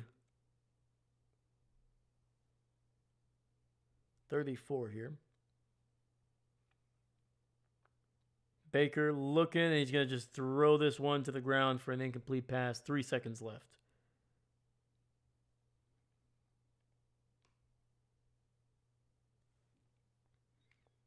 Captain David, see what I sent about Browns? Yeah. I see you talking crap on the Browns, but man, your ownership already craps on them enough. Whoa! Nice. It's funny that we can all make fun of the Browns here. They're not here, so it's okay. All right, man. Chase McLaughlin trying to tack on 3 points to try to shave this deficit down to just 1 before the half. 52 yards. Kick is up, and it is good. Yeah, man, McLaughlin, he's been on it, man. He made one from 49, now 52. It's a 1-point lead for the Falcons here. They do get the ball to start the second half. Let me see here. Halftime means Dave has to check the streams. Oh yeah, let's go. Let's go.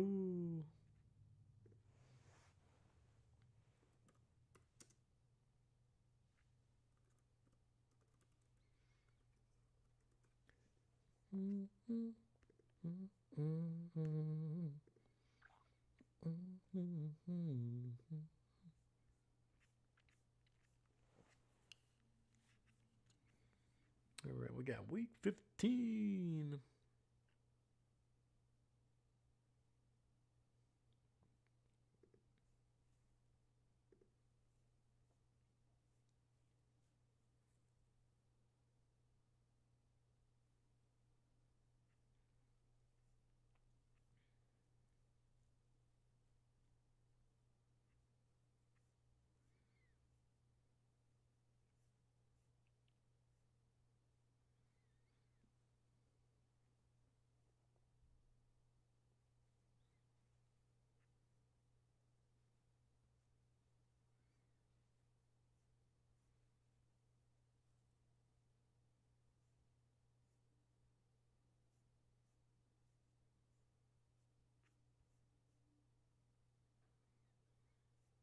All right, man. I got some good news.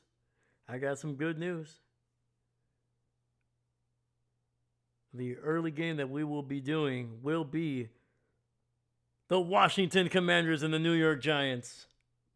No, I'm kidding. They would have to pay me to watch that game. Nope, it'll be Buffalo versus New England. Buffalo. Otherwise, it would be Cleveland and Chicago, and I don't want to do that right now. Not until the Packers beat Chicago twice. I don't want to see another Chicago game until then.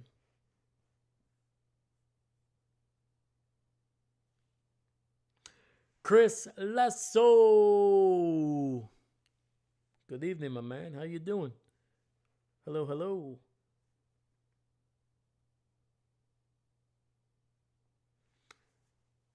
Chris, who you got tonight, man? Who do you have tonight? Actually, let me put up halftime here before I forget. Boom, halftime.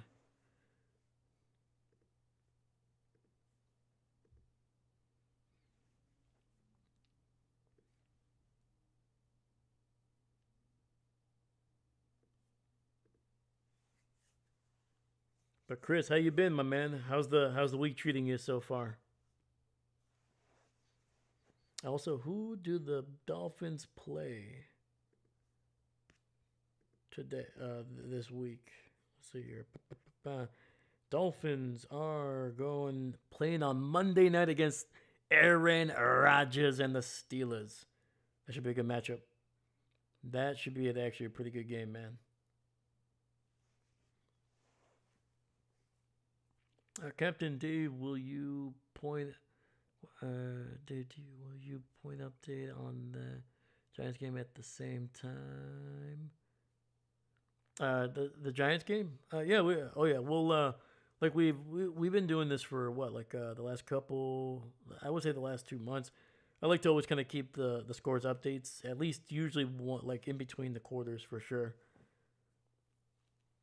So yeah, but we'll definitely be doing updates. But yeah, it looks like we're gonna be doing the Buffalo game. That'll be the 1 o'clock or noon game, depending on where you are. But yeah, and then we'll do Packers versus Denver Sunday night, and then obviously Monday night as well.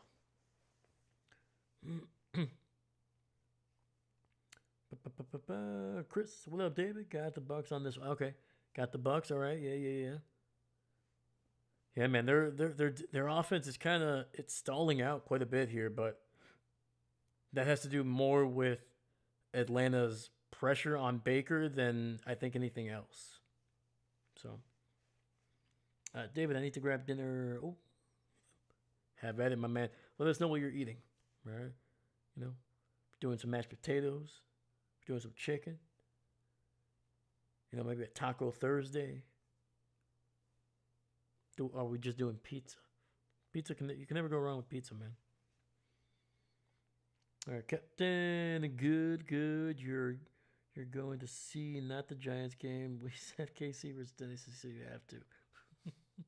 No, I refuse. I don't want to do the Titans, man. That's like torture. If the NFL gives me the Sunday package for free this season or next season, I will gladly do the Tennessee Titans. No problem. No problem. But until that day, until the Titans are actually a decent team to watch, no.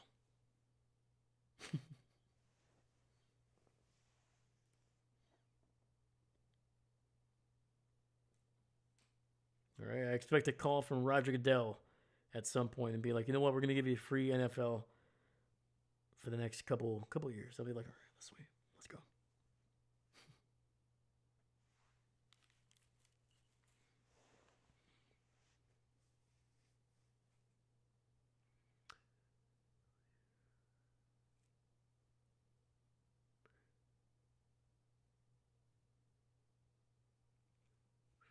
And then, Captain, what will you move my rents to my account? What's that? Run that question by me one more time, sir. I didn't understand it.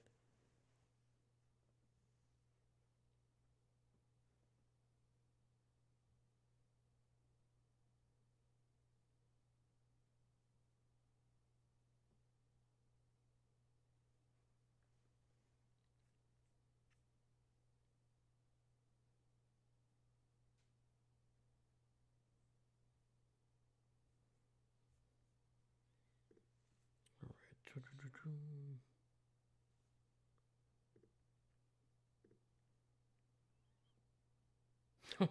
Jeez, Raheem Morris just came up behind Witt and gave him a kiss. I was like, whoa.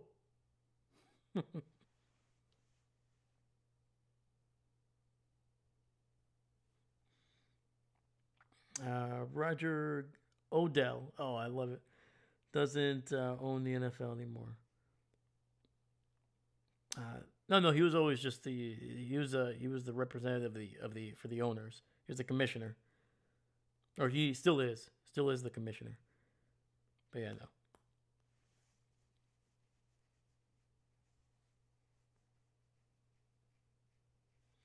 no. See how David has a wrench. When will you give it to me? Oh, the mods. As the channel grows, I'll be picking some mods, but it's mostly just about like consistency and things like that, man. So yeah, so yeah, as the channel grows, man, I'll be picking more and more mods, and it's not like if you don't get one, it's not like a oh I things like that. It's not I don't appreciate you being here, anything like that. Trust me.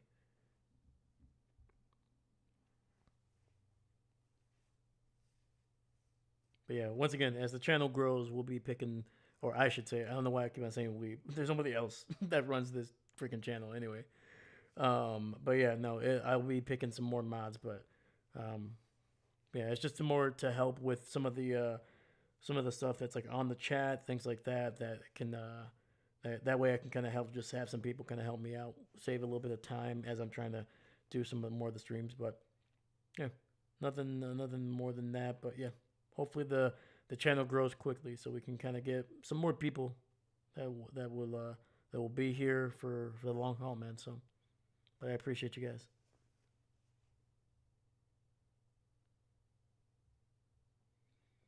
Let me see here. Because I've been doing YouTube for a year. Heck yeah, dude. Right on, man. So do you also create content, or what kind of content would you want to make if you were?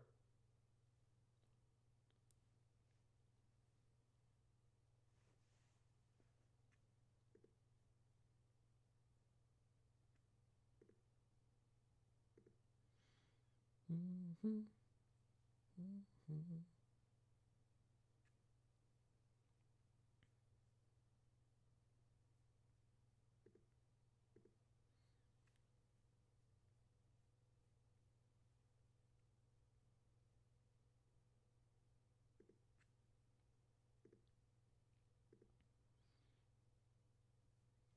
All right, let's look at the halftime stats here while we have a little bit of time left. I think we got about 2 or 3 minutes before the second half starts.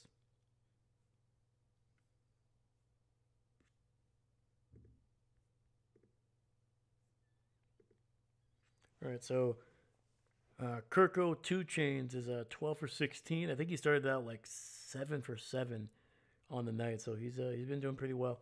156, 2 touchdowns, no picks, no sacks either. And then Bijan Robinson, 10 for 63.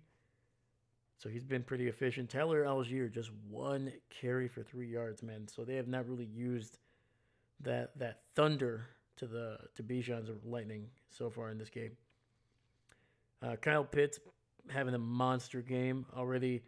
Well over 110 yards on the day, and on top of that, 2 touchdowns off of 6 catches. Man, that is dang efficient. Yeah, man, 6 for 6 on targets and catches, averaging nearly 19 yards per catch, and then once again, 2 trips to the end zone.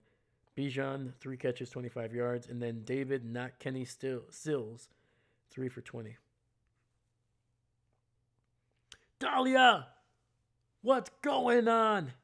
I'm here for the second half. Let's go. Welcome, Dahlia. How's your night been? How's your week been? Chris Pitts is going loco, 100%, man. He's I don't think I remember when I mean, what? Let's be honest. Like, how long has he been in the league for? 5 or 6 years. Like it seems like every year everybody's like, oh, this is the year that Kyle Pitts is gonna break off. He's gonna go crazy. He's gonna go for 1,000 yards, and it just never happens. Um, and this tonight, man, he is looking like a legit threat every single time he's on the field. So yeah, it's good to see, man. It is good to see that.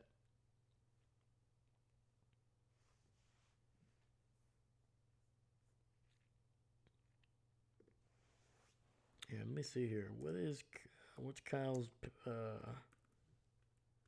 stats right now?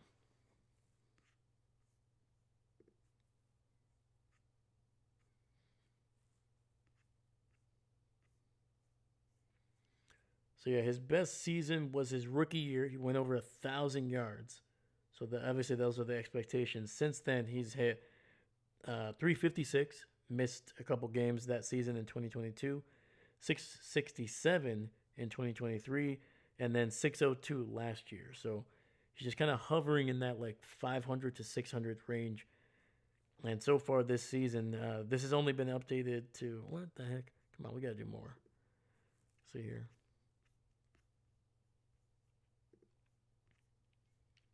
Yeah, so far this season, 631. So he's on pace to have his best season since his rookie season back in 2021. So that's a good sign. Coming into this game, he'd been averaging about roughly 50 yards per game, and he only had one receiving touchdown. He's well above that now. He's got 2 here tonight. And the kick is away, and it'll be out the back of the end zone for a touchback.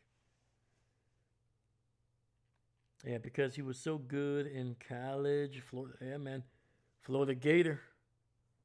He's a massive human being, too, man. 6'6", 250. What was his 40, man? Because he ran a decent 40 time.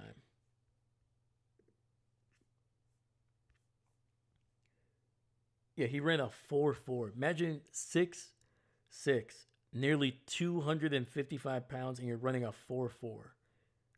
It's wild. 1st and 10. Kirk, play action. He's got some time. Dumps it underneath to Bijan. Has a defender slip on him. And he is across the 50 down to the 49 of Tampa Bay. Picks up about 16 yards on that catch and run.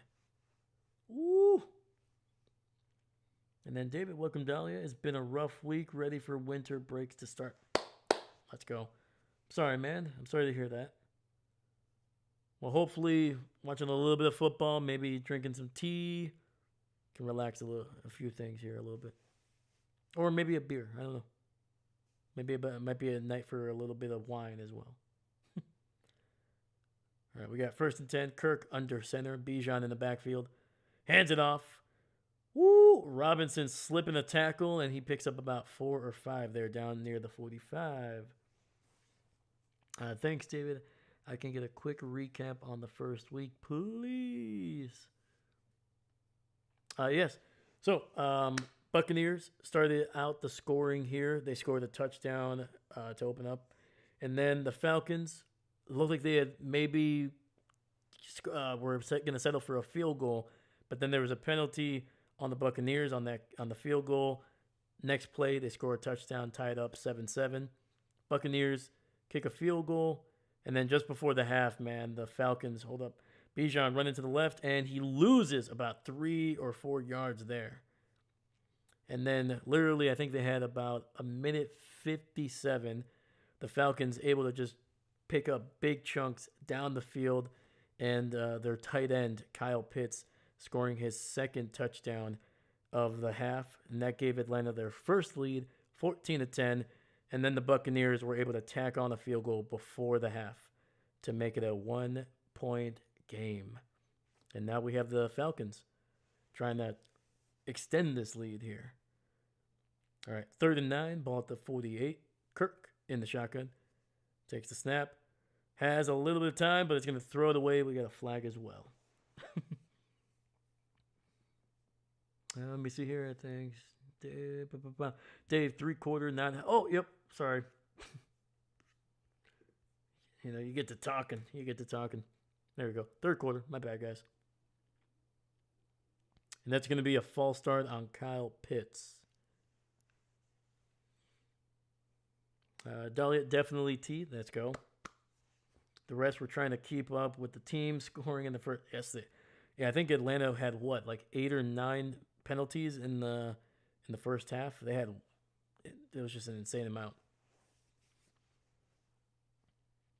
All right, we got 3rd and 14 back at their own 47 here. Atlanta trying to get a first down. Kirk in the shotgun, running back to his right. Looking, has some time, throws it underneath to Kyle Pitts, and he makes a man miss, but he's going to be dropped well short of the first here. Picks up maybe half of what they needed.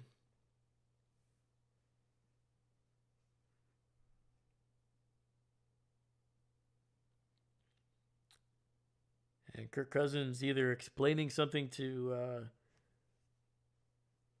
to one of the coordinators there or expressing a little bit of frustration. So I'm not sure. Dolly Quarter, thanks for always understanding what I'm saying. Always on the same page, man. Fix your QT thing. It's not halftime anymore, Dave. I'm sorry, man. Sorry. Once the chat pops off, man, I always like to keep up with you guys a little bit more than the game, but that's on me. So Pinion's kick is going to be in the end zone, but there is a flag on the field. And it's going to be holding on Tampa Bay.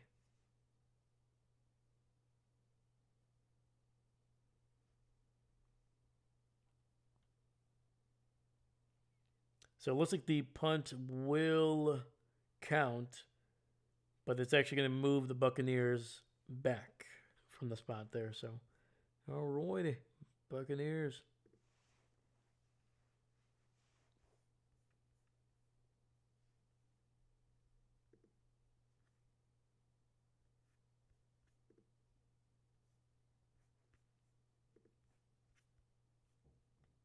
Yeah, and on top of that, man, Kyle does not because we were talking about Kyle Pitts and his stats. So right now he's already on pace for his second to best season. But also he doesn't score a whole lot of touchdowns in his career. Rookie season, even though he went over 1,000 yards, only had one receiving touchdown. The next season he scored 2. The next season he scored 3. And then this last season, 2024, he scored 4. So it's literally gone 1, 2, 3, 4.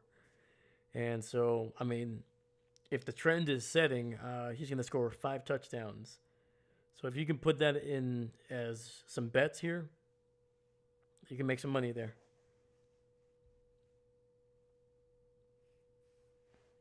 Ooh.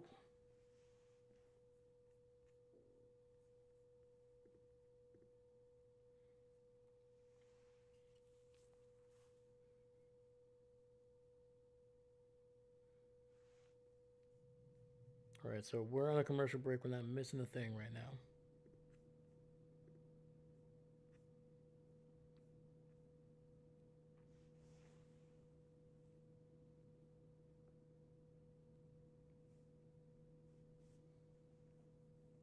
Yeah, with that last catch that we saw from Bijan Robinson, he's gone over 100 scrimmage yards now for the 9th consecutive game.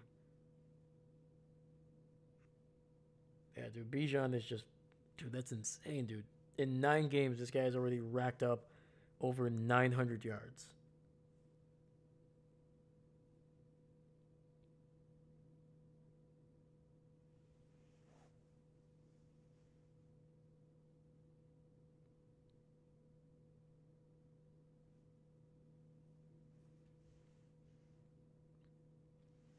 Ooh, they're showing some cigars. All right. We got 1st and 10. Baker under center here. The one thing the Bucs have not been able to do, man, is run the ball. They were having some early success. Bucky with a run, and he gets stacked up right at the line. That is Jesse Bates, the former Cincinnati Bengal, bringing him down right at the line.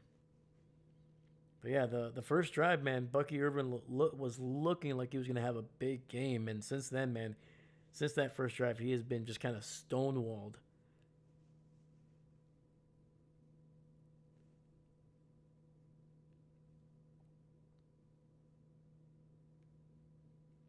Second and 10. Baker alone in the shotgun. He's got 3 receivers on that left side. Throws it over the middle, and he's got Chris Godwin for a gain of about 8.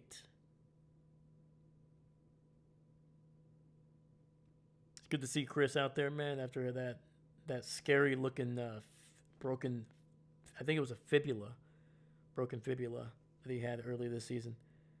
It's going to be a handoff. Bucky bouncing it out to the left, and he's going to pick up the first down. That's going to be a gain of about 5.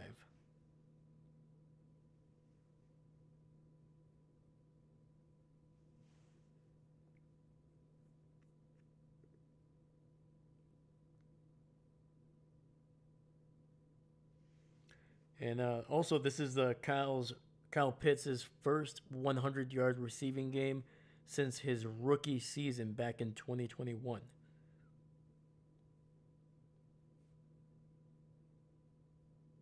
First and 10, Baker dropping back, throws deep to the right, and it's a great freaking catch. And that is Emeka Egbuka.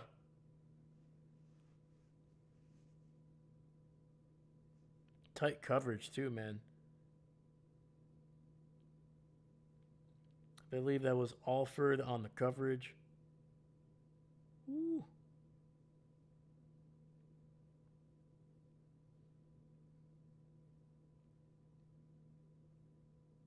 Yeah, dude, that was a hell of a throw by Baker, man.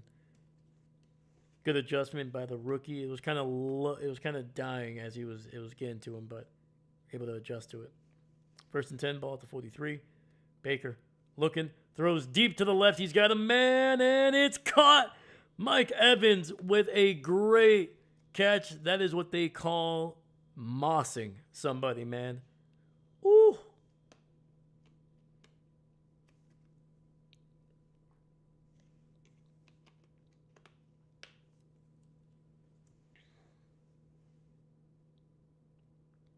Yeah, there's like a 4-inch to 6-inch difference between between Mike Evans and Kobe Bryant there, man. That's as long as Mike is able to time that perfectly, that should be a catch 99% of the time.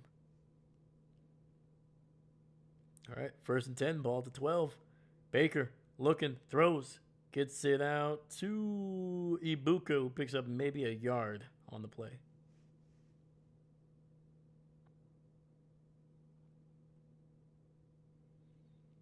I like what Tampa's doing here, man. They're challenging it. They're throwing it down the field.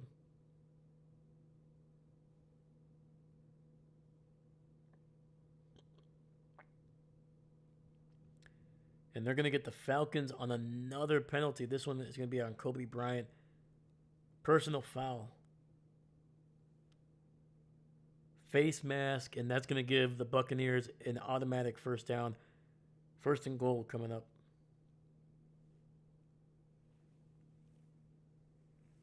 Dahlia, wow. Back to back, yes. Back to back. First and goal from the 6. Baker in the shotgun, running back to his left. He's looking, pressured, and he slips on the field, and he's back at his own 13. That was number... Let me see here. That was Dorless on the sack there. Number 54. I wasn't sure, man. That was a big man. Usually you don't see big guys like that wear number 50-something.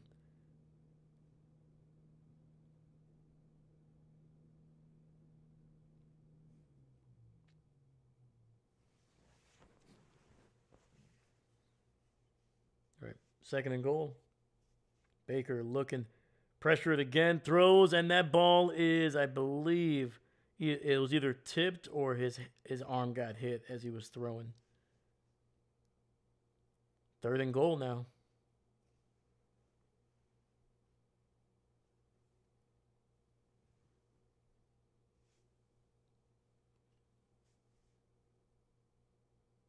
Yep, there it is. That was a Pierce. Able to basically hit the ball and get a little bit of Baker's hand when he was throwing it. So Pierce already has a sack here tonight, too. All right. Third and goal, Baker in the shotgun. Has some time, throws it to the left. That one's a little high, and that's not going to be caught. He had Emeka Egbuka open in the back of the end zone. Oh, boy. There's a late flag, and right now they're highlighting Divine Diablo. And that's going to be apparently illegal contact, an automatic first down, and it's actually Alford.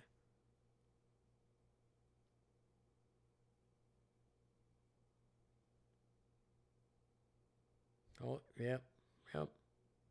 There it is. It was on. He was trying to slow down Mike Evans there.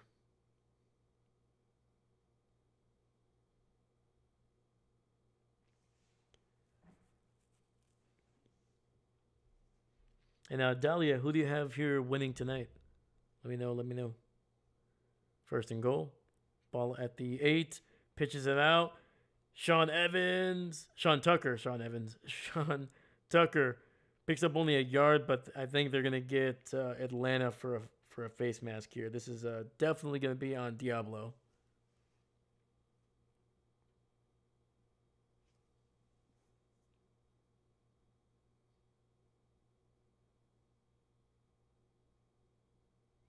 Ooh. Dave, did you see my football suggestion? Let me see here. Which one?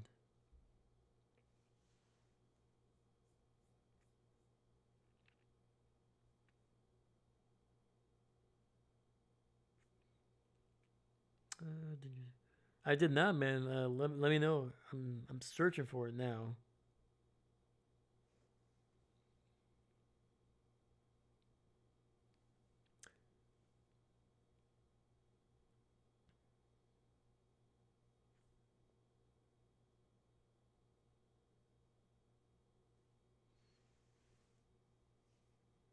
Yeah, I don't know what Raheem Morris is mad about. That is, I mean, that's as clear as day. That's a like I think he's trying to say that the offensive lineman kind of hooked Diablo's head as he was kind of trying to block, but I mean that's a face mask, dog. First and goal, inside the 4. Tucker trying to get something, and he's gonna lose 2 yards back at the 6. Man, the ATL man is saying no, nothing on the ground.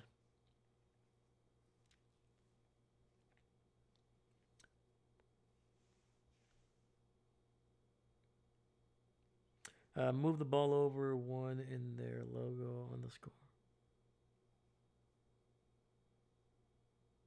Oh, gotcha. There we go. Less confusing. Second and goal here. Ball at the 6. Baker in the shotgun. Throws it over the middle, and he's got him. Touchdown, Tampa Bay. Woo. And that's Devin Culp. C-U-L-P. All right, man. And look at that, dude. The Buccaneers getting it done on their opening drive in the second half. Retaking the lead. Woo, that was wide open.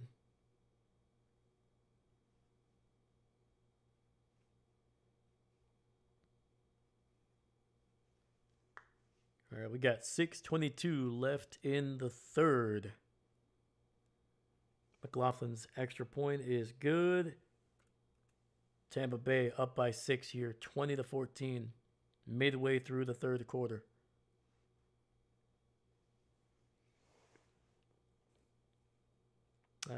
Dahlia Buccaneers from what I am saying right now, but I want to root for the underdog Falcons.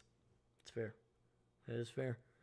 Yeah, right now the Falcons, they have been, as of last week after the loss to the Seattle Seahawks, they have been eliminated from the playoffs.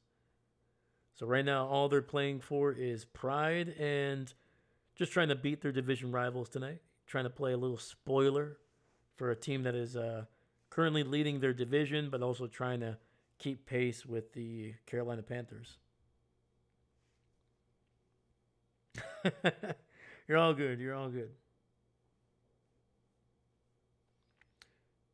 David, now it looks like the swords and the football are crossed. Dang right, dude. They're doing the Wakanda Forever, man. Wakanda Forever. Chris, great drive. Bad mistakes by... Oh, yeah, man. Hell yeah.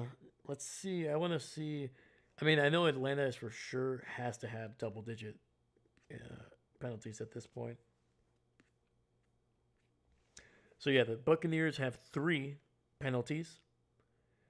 And the Atlanta Falcons have as many penalties as they have points. They have 14 penalties for 90 yards.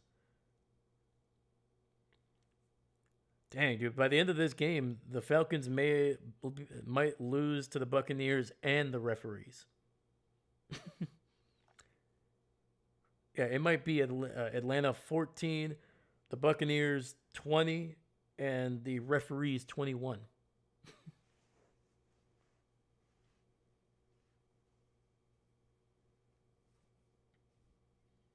Yeah, and then to give you a little bit of backstory, also Dahlia, the Buccaneers and through their first 8 games this season, they were 6-2. They were looking great. They were the best team or one of the best teams in the NFC, one of the best teams in the NFL as well. Since then, they have won just 1 game in their last 5. So it's been a tough month for Baker Mayfield and this team. They had a lot of guys injured, mostly their receivers.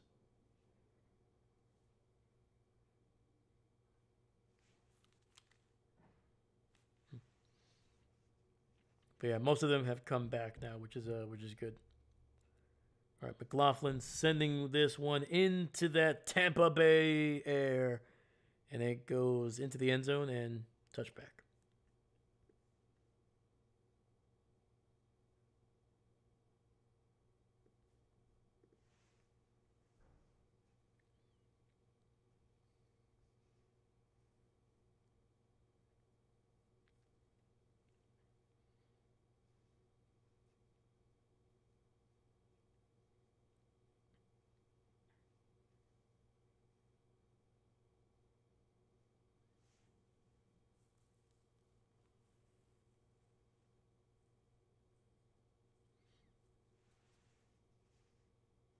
All right, we got 1st and 10. Kirko 2 chains under center, fakes the handoff, pressure over the middle, and he's nearly intercepted. Oh man. Jamel Dean nearly able to haul that one in.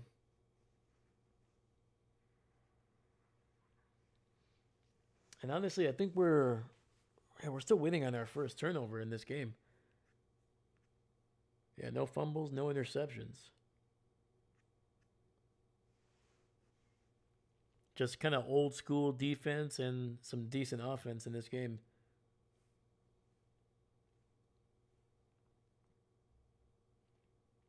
Chris, Dave, who is your favorite NFL announcer? Oh man, hold on. Bijan makes a man miss, makes another man miss across the 50 down to the 44 of the Buccaneers. Man, that was a great freaking catch and run by Bijan Robinson. Literally made 3 guys miss on that play. My favorite announcer. That's a good one. I do like Al Michaels, man. Like Al Michaels, probably in my top 3 right now that are still doing it. Just like it's a voice that I grew up with, man. Just a great voice. Pat Summerall was also one of my favorites of all time. Just like a very like almost like a soothing voice, but he just did like it was very old school. And Kirko finding no David, not Kenny Silas dropping that one. Sorry, not Silas Sills, probably. It goes right through his hands, man. If he catches that one, at minimum, he's getting inside the 20-yard line. In that best case scenario, he's going off for 6.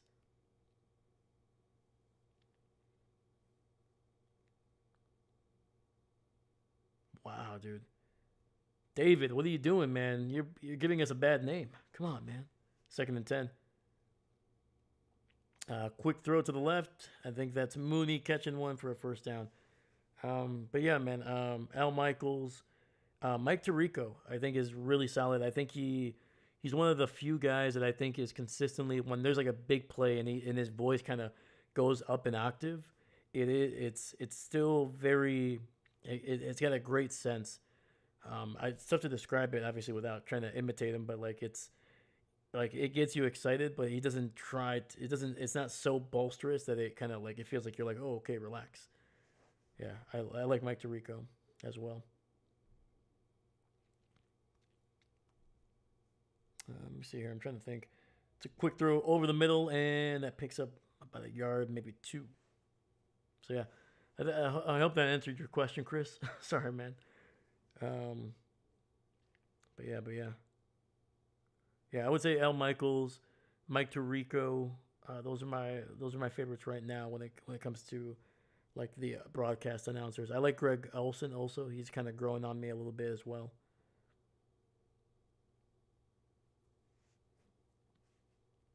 2nd and 10.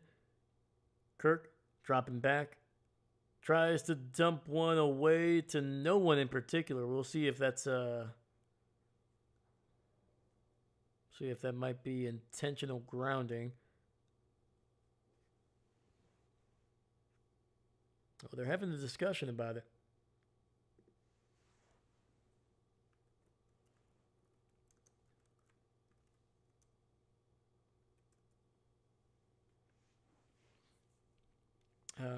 Trying to think here.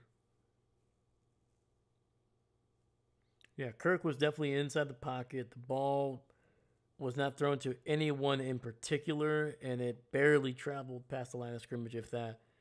And yep, there it is.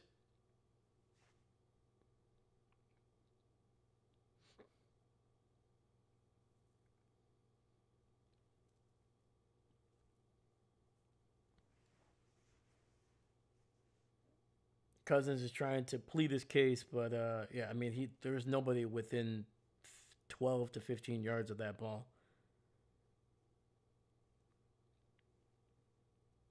So it'll be third and very, very long here. 3rd and 20, back at their own. Back at Tampa's 41. Throws it, and that's another pass that David, not Kenny Sills, should have probably picked up on that one. David, I wasn't fond of Mike at first, but he has won me over recently. I agree, for sure. For sure.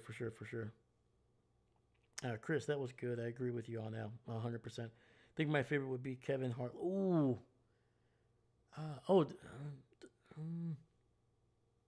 Does Kevin do football? I know he used to. I don't know if he does still, though. But yeah, I'm trying to think. Does Kevin still do football? Like his it's a fumble.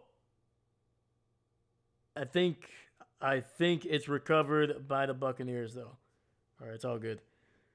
But yeah, no. Oh, Kevin Harlan, dude. I think he is the.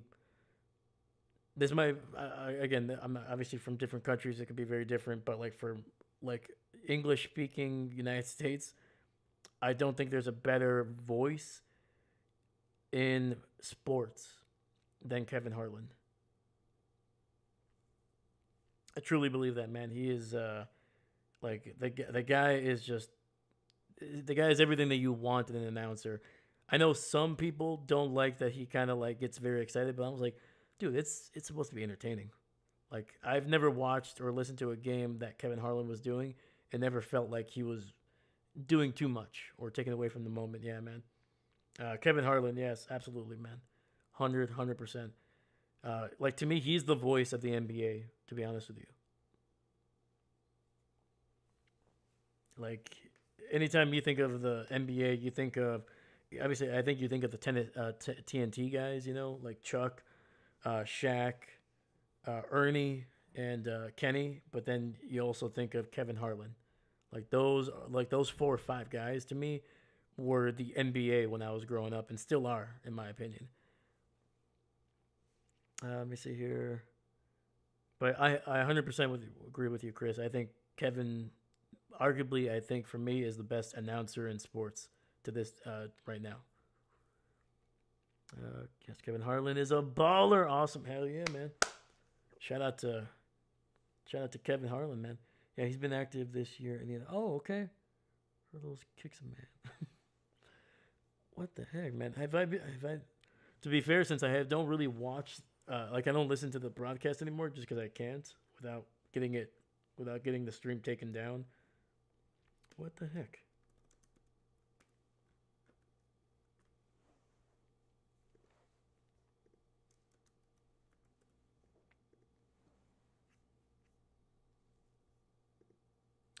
Yes, Kevin Harlan is a major NFL broadcaster calling games for CBS and Westford One Radio for decades.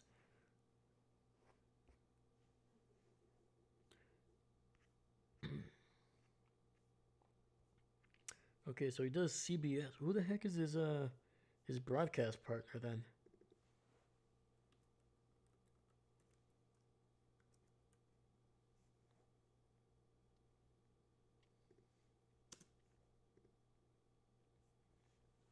Oh, Trent Green. Okay. Baker throws it to the right, and Mike Evans makes an incredible back shoulder catch, man. Holy freaking cow. Oh boy, man. Baker and Mike are cooking right now. Woo! Hold up. Let me move the ball here. Oh man, that was Aaron Rodgers to Jordy Nelson type of connection right there, man. That was nice. Okay. So he's with Trent Green. Okay, CBS. Oh, okay. So I know Kevin does the Packers because his dad was a big part of the Packers board for a long time. It's gonna be a run up the middle, and Bucky picking up about 6, maybe 7 on that one. Do you think he partners with Trent Green? There we go. Look at that. Dang. All right. Well, yeah. Then yeah, Kevin Harlan. Kevin Harlan would probably be my number one, man. You know, behind myself, of course. I'm my very own favorite announcer, man. Nobody better in the business than me. 2nd and 4. It's gonna be Bucky with a run up the middle and across the 50, and woo! Buccaneers are getting the running game going now. Let's go.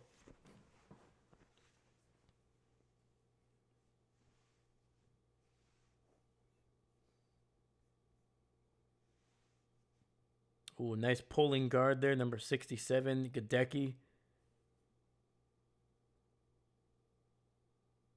Yeah, Bucky better hold that ball high and tight, man. He's kind of holding that thing off to the side.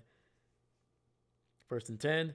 Another run, another little play action, and Irvin picking up another chunk here over the middle. Very similar play to what we saw last time.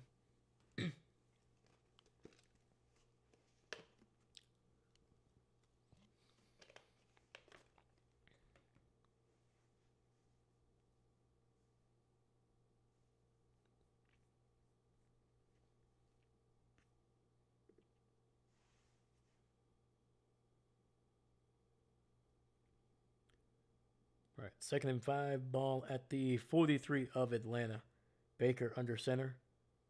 Play action, pressure. Baker trying to squeeze through, but he's going to be brought down for another sack back at the 50. Yeah, I'm not really sure what Baker's trying to do, man. Like, I understand he's trying to kind of squeeze to kind of climb the pocket, but dude, just throw it away. Like, just throw it away.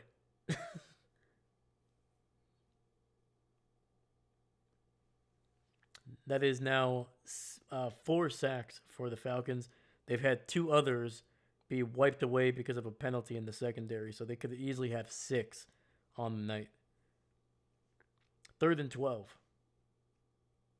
Baker looking, throws to the left, and it's too high, incomplete, trying to get it to Johnson there.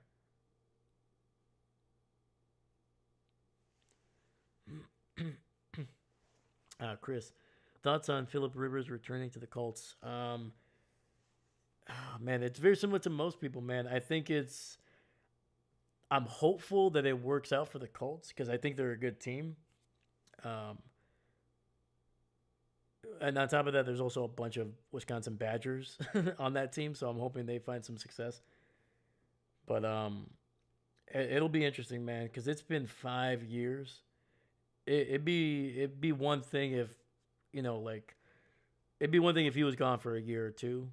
That'd be one thing. I'd be like, yeah, he could probably find some. But 5 years is a long time, man. 5 years, you're in your mid-40s. And it's not like Philip Rivers was a mobile quarterback even before then. Um, so it's going to be interesting. The good thing for Philip is one, the offense that they are running now is basically the same exact offense that they were running when he was there back in 2020. And weirdly enough, he's actually running the same offense as a coach for his kids' high school team. It's the exact same offense, and on top of that, he has basically been keeping in touch with the coaches in Indianapolis almost on a weekly basis for the last like couple years. Um, and so I'm hopeful that it works out for him because I think Philip Rivers is like he's good for the NFL. He's a great character. He's a little bit of a weirdo. And that's not even talking about the amount of jokes that we could have with like what his like 13 kids that he has. His poor wife, Jesus. um, but yeah, man. I think, man, I'm trying to describe. It's weird. If I'm the Colts, I think you had better options. To be honest with you, around the league, like, and I'm not saying like obviously they can't make a trade. The trade deadline's gone. Um, but I feel like you could have maybe gone with your Ryan Tannehill, who he may not have the arm of Philip Rivers, and but at the very least he's going to be mobile, and I think he's going to be accurate enough to be able to kind of get you down the field. But I think this is more of this is very similar to like when a coordinator gets hired. You know, I think it's a connection, and I think the Colts are comfortable with Phillips' knowledge of the offense. But I don't think it'll work out, but I'm hopeful it does. That's my opinion. But what about you guys? Yeah, Chris, David, anybody, give me your thoughts on Philip Rivers coming out of retirement to potentially lead the Colts to the playoffs here.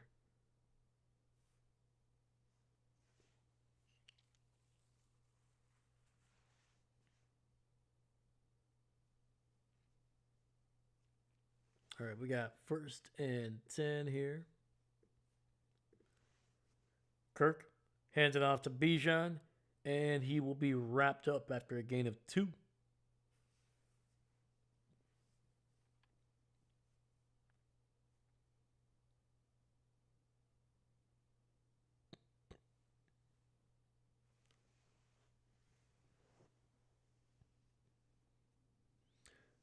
So yeah, total yards for this offense, 245 between Bijan Robinson and Kyle Pitts. Everybody else on the Atlanta offense only has 36 yards. It's a two-man show right now over there in Atlanta. Bijan fumbles the ball, and it's recovered by the Buccaneers. We'll see if that's considered a fumble or a drop pass. It was kind of bang bang. I think this is one of the few times Bijan is like, "No, man, I dropped it, man. I got butter all over my gloves, man. It did not just. It's a drop. I suck at catching. It's not a fumble, I promise." I think that's going to be a fumble, man. He made a football move. He was bracing himself for the hit, able to tuck the ball away. It was on his right arm, and he was able to switch it over to his left, and again, was bracing for the hit. I think that's a fumble. To me, that's clearly a football move.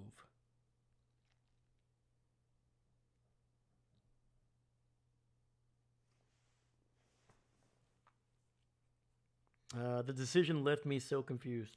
I agree. I 100% agree. I hope he lights it up and tears a path through the AFC to get dumped by the true AFC overlord, the New England Patriots. Chris, just hoping he can stay away from any kind of injury. 100%, man. Yeah, you can't go back to the wife and be like, "Hey, I broke my foot. You're gonna have to take care of all the kids for a little bit." I'm like, no. It's like you can hold on to some of these kids on the couch, all right, man? You're taking at least 4 of them. I'm taking the rest of the grocery store. All right, we got 1st and 10, and it is a fumble. So that was the first turnover of the game. Baker avoids a sack, throws it down the field, and he finds Mike Evans for a gain of 11 and a first down.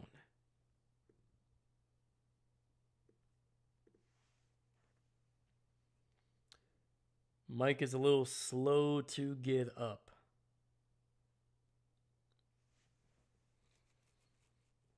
All right. Well, that is the end of the third, and Mike Evans is looks like he's favoring that right arm, right shoulder.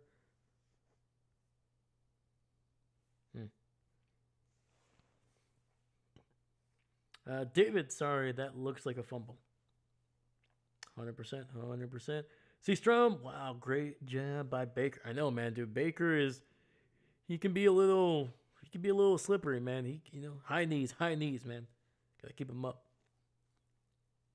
Sometimes I feel like he holds onto the ball a little bit too much. Like on the previous drive, I'm like, what are you doing, dude? He was just kind of like, he literally just made himself kind of small and then tried to like just kind of drift upwards. I was like, it's not gonna work, my man.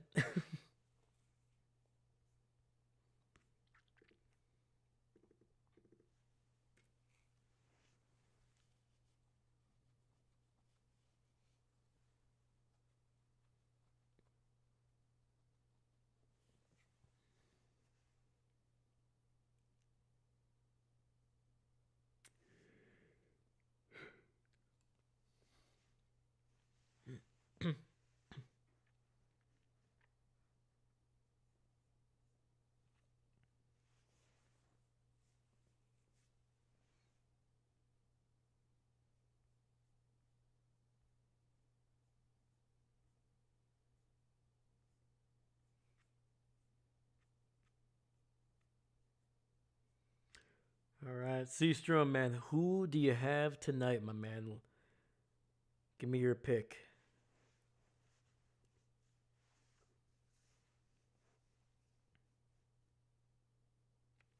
Also, how's the week been, my dude?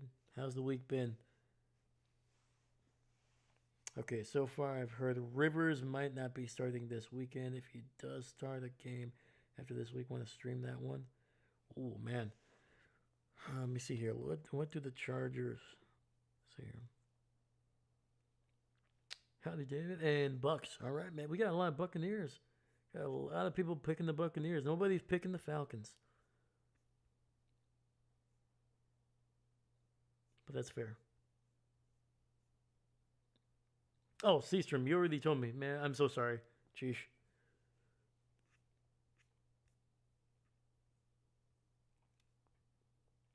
Busy? Oof. Yeah, dude. It tell me tell me if I'm right. Usually, like the week or two before, especially like the holidays, it's always crazy. It's always hectic in education.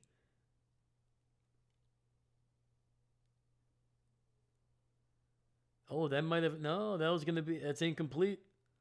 So Mike Evans unable to hold on to that one as he was making contact with the ground. It's also why he would kind of that right shoulder was bothering him. All right, so first and 10, they're saying, but is that right? It's going to be a handoff to Bucky, and he picks up about a yard or two. Dave, I picked the Falcons. Oh, you picked the. Oh, what the heck? Oh, there we go. Sorry. The freaking. The chat, when I was scrolling up, it didn't load all the way to the top. Sorry. David, my bad, man. I'm sorry. All right, so it's David and everybody else. You know what, David? I'm going to switch it over. I'm going to pick the Falcons. I don't want to leave you alone on that side, man. Second and 10, and trying to get it to Mike Evans. And then there's a late flag, and this one is going to look like it's going to be on Atlanta again. Kobe Bryant is having a rough night, and that is Kobe with a C, not a K.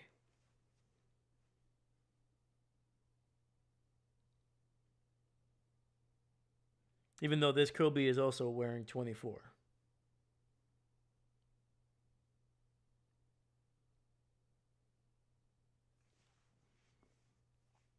Quiz test.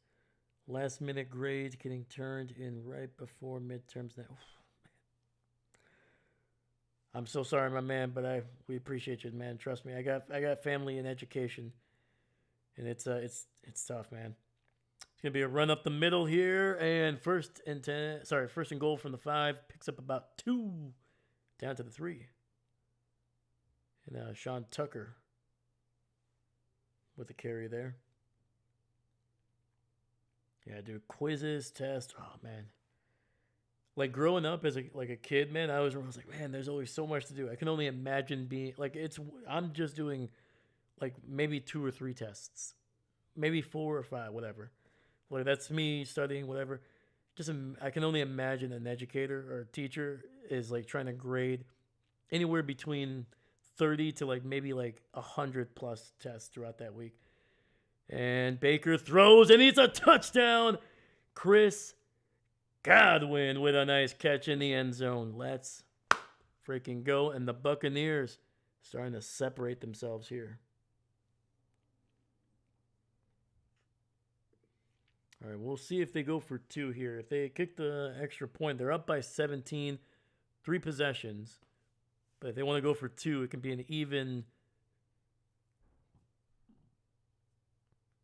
It'll be an even 14 that they're up by, so 2 touchdowns.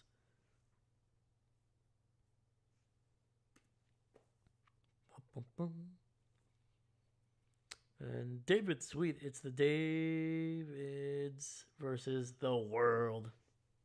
That's how it's always been, man. 150 students. Oh, I'm so sorry, man. I'm so sorry. But you're doing the Lord's work, man.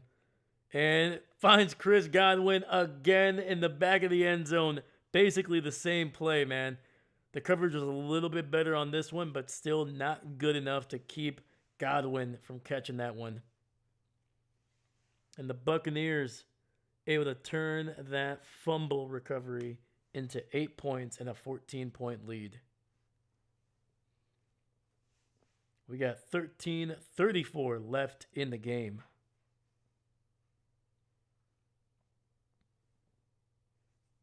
Dude, 150 students. Oof.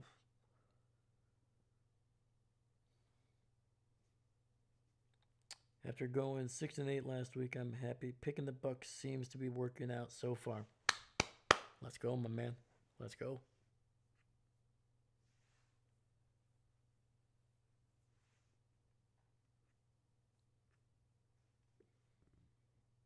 Yeah, the Buccaneers were definitely I would say that they were the favorites for sure. It just wasn't their offense has been inconsistent.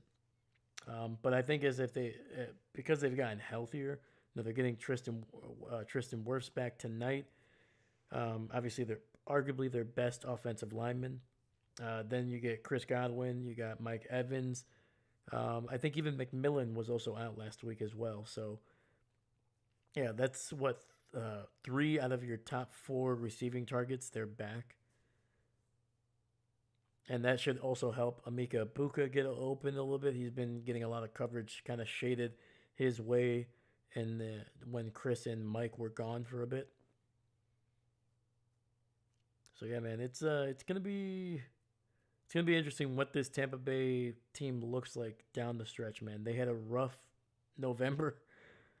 And kind of even a little bit into December, but hopefully if they can start playing some of their best football now, they can really just kind of run away with the division. Because I don't think Carolina is going to be – I don't think they'll be able to go undefeated the rest of the way. I think they're definitely going to drop at least 2 games.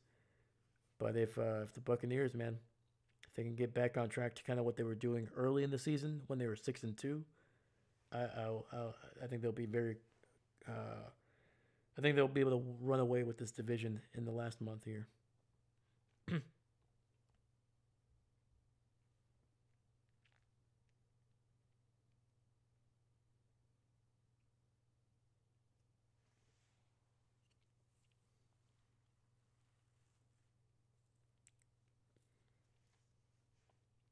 And Godwin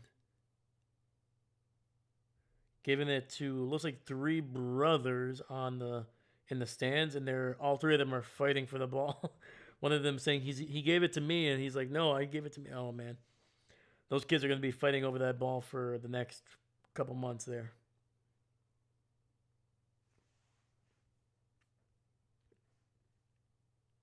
Those parents are like, oh, great, another thing they're going to fight over. Great.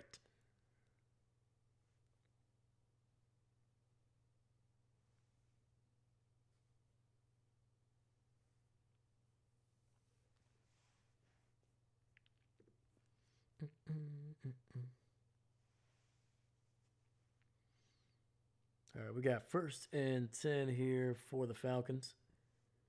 Kirko dropping back, throws to the right, and that ball is short of Mooney there.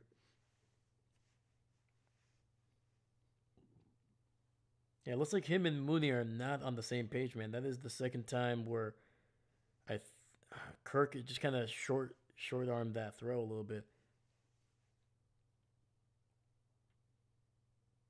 It's either that or Mooney's kind of just taking it up the field a little bit more than he should. All right, 2nd and 10, ball at the 35. 3 receivers on that right side, 5 receivers set. Quick throw to Bijan, and he picks up about 6 or 7 there.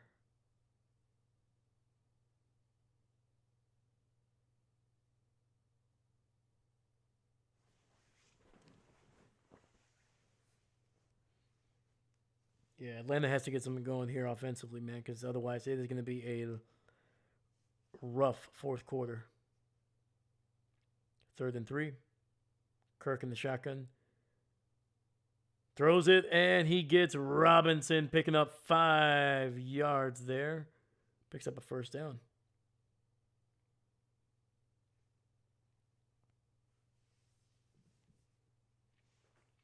David fighting over the next couple minutes before the NFL takes it away.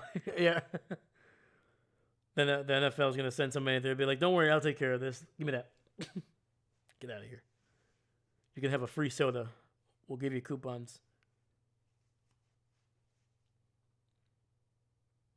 1st and 10. That, to me, that's wild, too, that they take away the ball. Like, dude, if a player gave it away to a fan, like, come on. You're a multi-billion-dollar industry. You can afford to, like, if it's a special like ball, like record-breaking NFL record, sure. Give them a replacement ball, maybe a package, maybe a little cash, don't be stingy. But if it's just a regular ball, I was like, what are we doing here? Come on. All right, we got 2nd and 6 here. Kirk in the shotgun, running back to his left. Got 2 receivers stacked up on each side. Kirk with some time, dumps it underneath, and that is going to be to the tight end. That's Warner picking up about 4 yards there over the middle, setting up a 3rd down.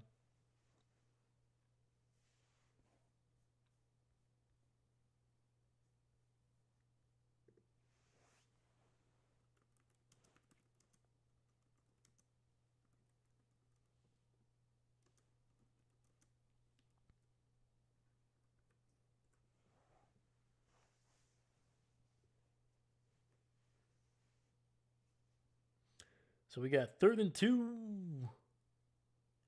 Kirk looking, throws, has a wide open Pitts to the 35, to the 30, and out of bounds near the 26. Kyle Pitts, man, his night just continues. Dave, at the 2-minute warning, can you make it look like the possession ball is a little shelf on the green helmet cases? Oh, gotcha. Yeah, I gotcha.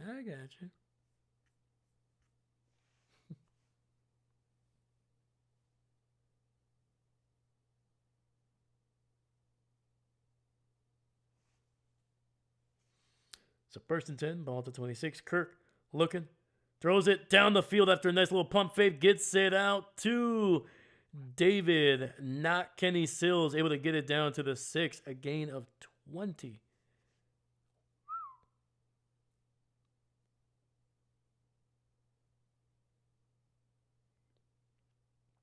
Oh, nice. Perfect timing there, him. Woo. Yeah, and did a nice little pump fake to Bijan there, who was basically almost running like a little bubble route there on the left side, and that sucked in a lot of the defenders on that side. First and goal. Hands it off to Robinson, who bounces it to the left, and he's going to waltz into the end zone.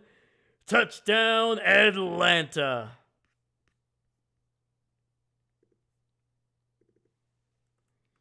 Oh, baby.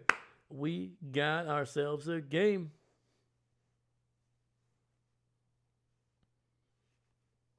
I was a little worried, man. Not going to lie. I was a little worried this would be a complete blowout here in the fourth quarter, but luckily Atlanta able to string a good couple plays here and get into the end zone.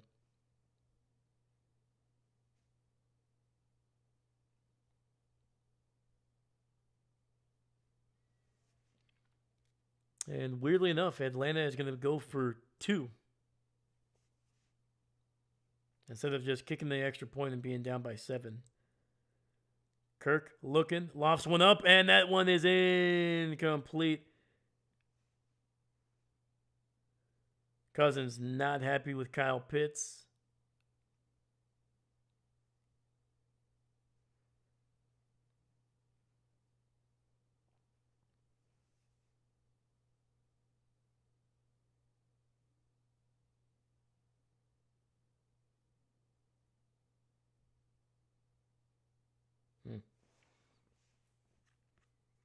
So Atlanta is going to stay at 20 here, down by a full 8.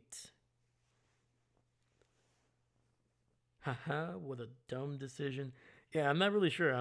From what I saw, Kirk was obviously like after the play or after the incomplete. I think he was telling Pitts, he's like, you got to come across. I think he was trying to see if he could get him open over the middle. And for some reason, it looks like Pitts just kind of ran like a little stop route there. Took like 5 or 6 yards up the field and then turned around. So I think he was looking for something closer to like a slant route, basically. You can tell this game is lacking spin moves and pick sixes. I know, man. Can't get a dang spin move to save my life right now, man.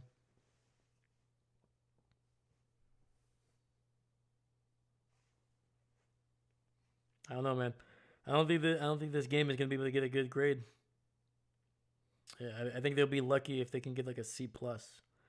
You know, maybe if they can make it interesting here, maybe they can get to a B minus. But they're definitely not going to get an A without a pick six or a bunch of spin moves here, man.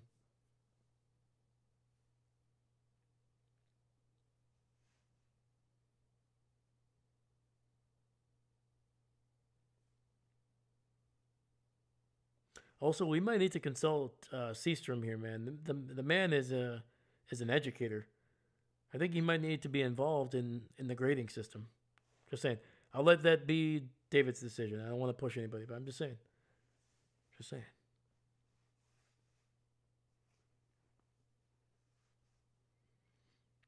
Or we can, or this can be like a little bit of like a, like a, like it can America's Most Talented. You know, get a couple grades in there, and we can average them out.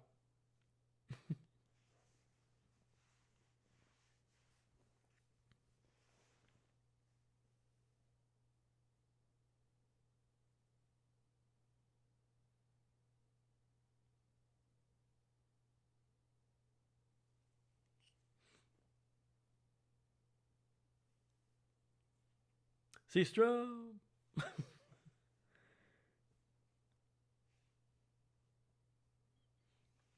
And Gonzalez not able to get the ball in the landing zone. That'll be a penalty.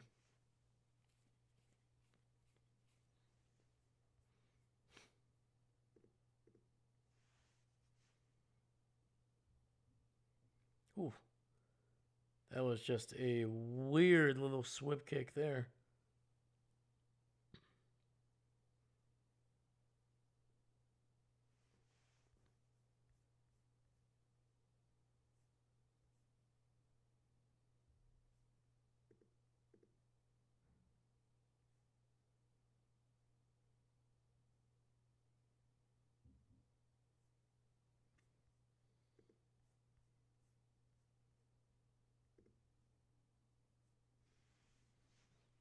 All right, we got 1st and 10 here. Baker in the shotgun, running back to his left. He's got 2 receivers on that right side.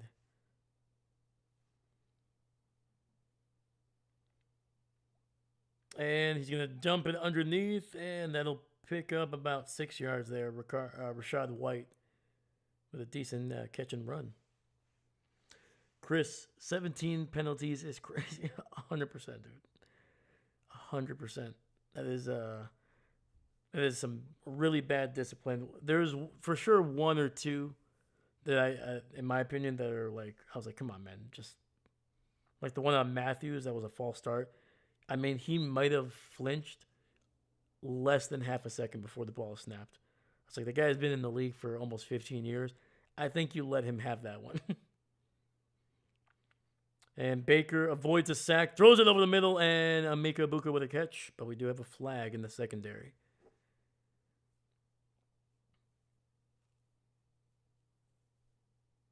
And it's going to be holding on the defense.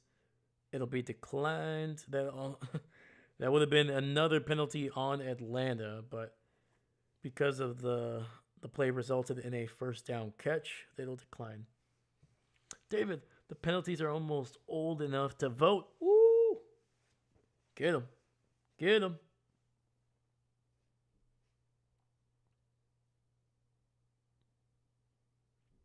Yeah, man, almost old enough to vote, but old enough to sign up for the Army, though. 1st and 10. Looking, throws to the dirt, and that'll be incomplete. Trying to set up either a screen or a little bit of a flat route there by Rashad White. Great coverage though, but Atlanta had that one just covered up real well.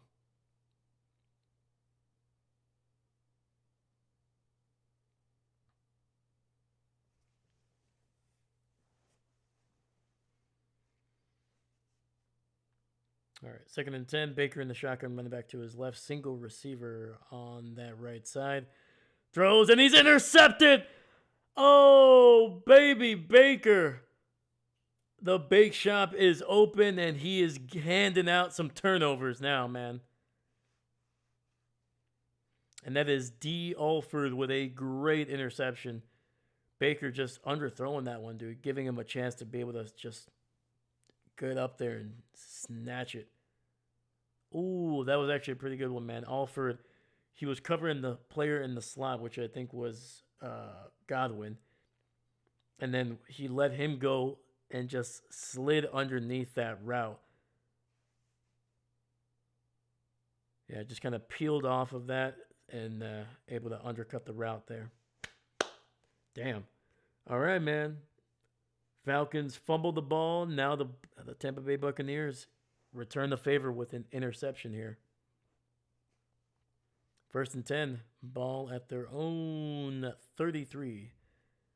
Kirko hands it off to Bijan. He breaks a tackle. He's to the 40 and down to the 45. Picks up about 13 on that one.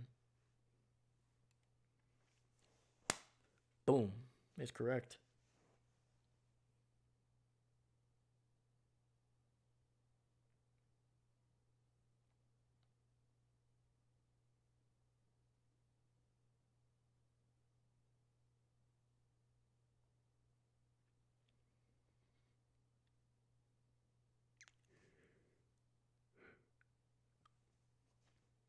All right, we got 1st and 10. Kirk in the under center, single back in the backfield. Another run by Bijan, and this one gets it down near the 50-yard line, picks up about 4.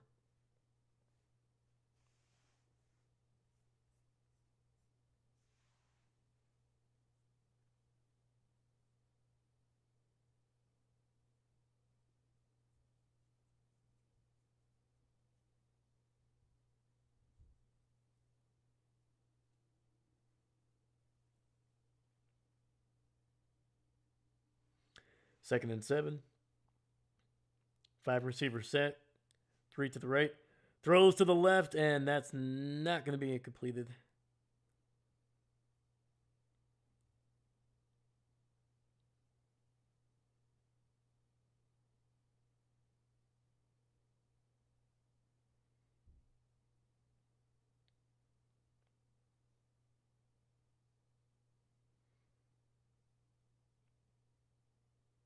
Yeah, that pass was intended for Bijan there, so.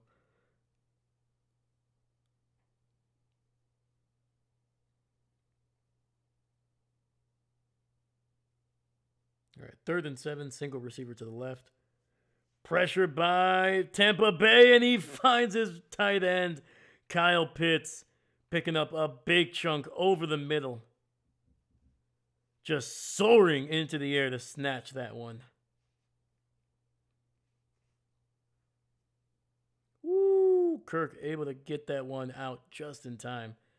He's about to get blown up.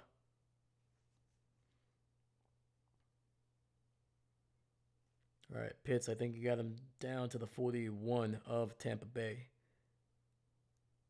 Handoff, Tyler Algier breaks loose to the 30, to the 25, and down. Big first down run by Tyler Algier.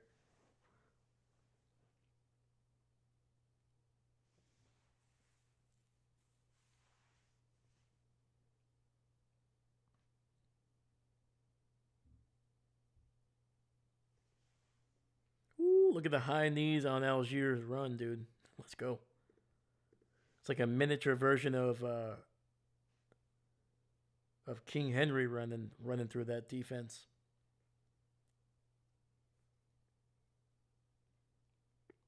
Handoff, Bijan, and he gets about a yard on the play.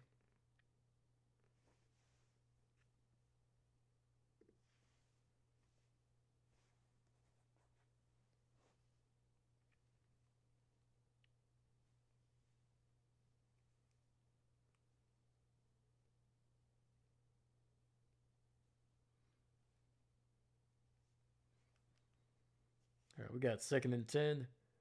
Kirk in the shotgun, running back to his left. He's looking, throws to the right. He's got Mooney. He's to the 10. Spin move, fumbles the ball, and it's recovered by Tampa Bay inside the 10. An absolutely disastrous freaking play. Well, a Falcon actually comes up with the ball, though.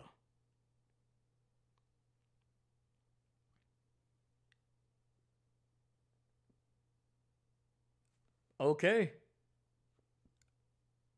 Never mind. Dude, there was so many creamsicle jerseys. I was like 100% sure that was going to be a turnover. Let's see here.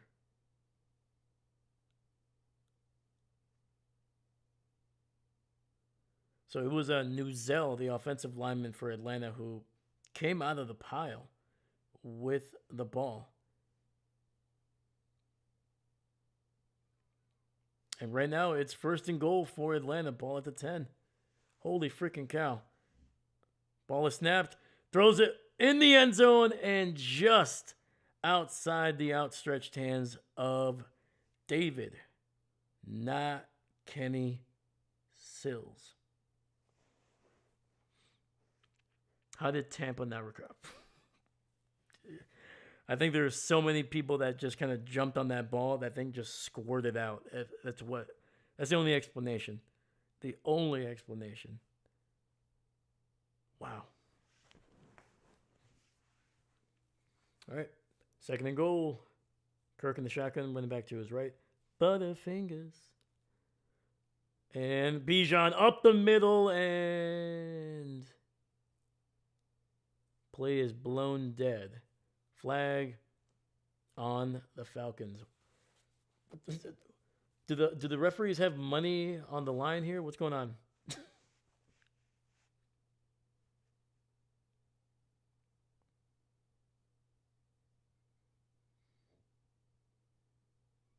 They're like, oh man, Atlanta's gonna score another touchdown. We gotta throw some more flags, man. We gotta keep pace with them.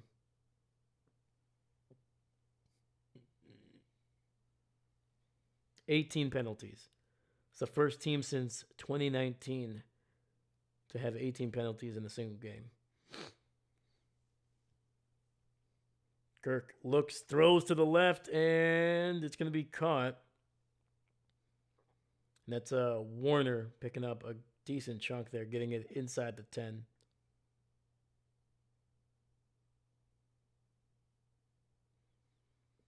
All right, so we got less than 4 minutes. We got 3:55. Clock is running. David, say hello to the play clock. Bam. Yeah, man. Come on. They got to pay attention. 3rd and goal here. 3 receivers to the right side. Kirk looking. Has a little bit of time. Lofts one up, and it's... Oh, no, I don't think he's going to catch it in time. They're saying it's a touchdown. Kyle Pitts potentially has his 3rd touchdown of the night. He bobbled it initially, so we're going to still have to... I mean, every scoring play is reviewed. If he would have caught it the first time, it would have been easily a touchdown, but... Yeah. Ooh. So a butt cheek and his elbow hit around the same time. What hit first? And that elbow is up. The butt is down. Remember, 1 cheek equals 2 feet. Oh, man, that's almost simultaneous.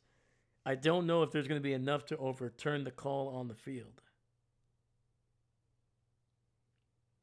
There you go. Best shot that they're going to show right here. Butt is down. Butt is down. I mean, it's simultaneous.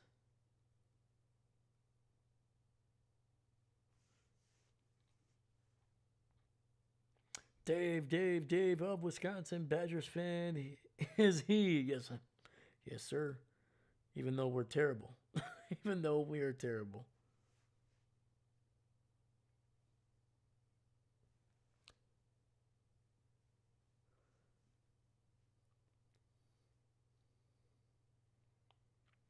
Dude, it seems like it's simultaneous.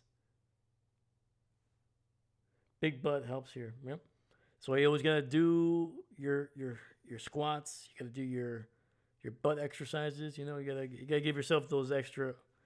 Actually, I'm gonna stop myself right there. I was about to say something that could easily get clipped and taken out of context.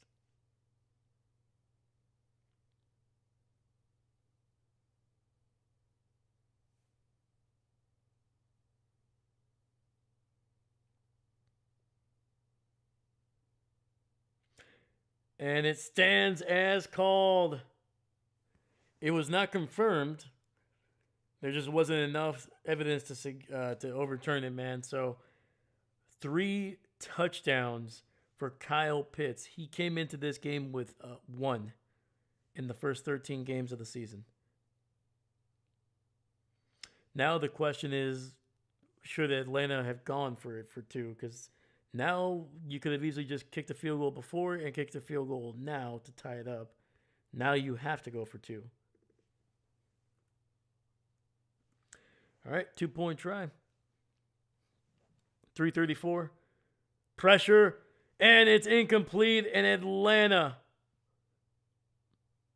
Great corner blitz from the left side there, man. The blind side, Antoine Winfield Jr.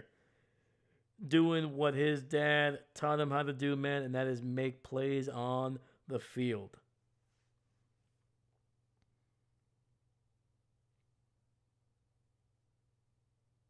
Yeah, man, his dad, a Minnesota Viking legend.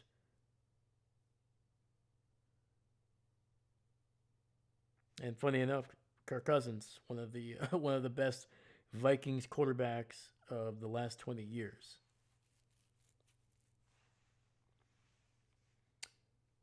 Nice. Heck yeah. Dahlia, are you enjoying the view of the butt? If the butt helps, big butts do not lie. Oh! Dahlia. Woo! Bringing us back to, what? The big butts, what is that? Early 90s, late 80s? Oh!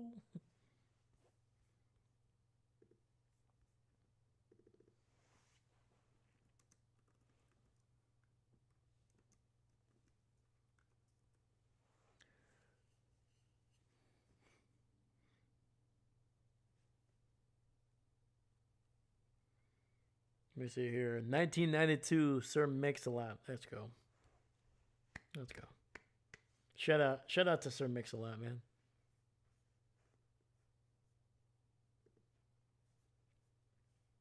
Gave the world a legendary song.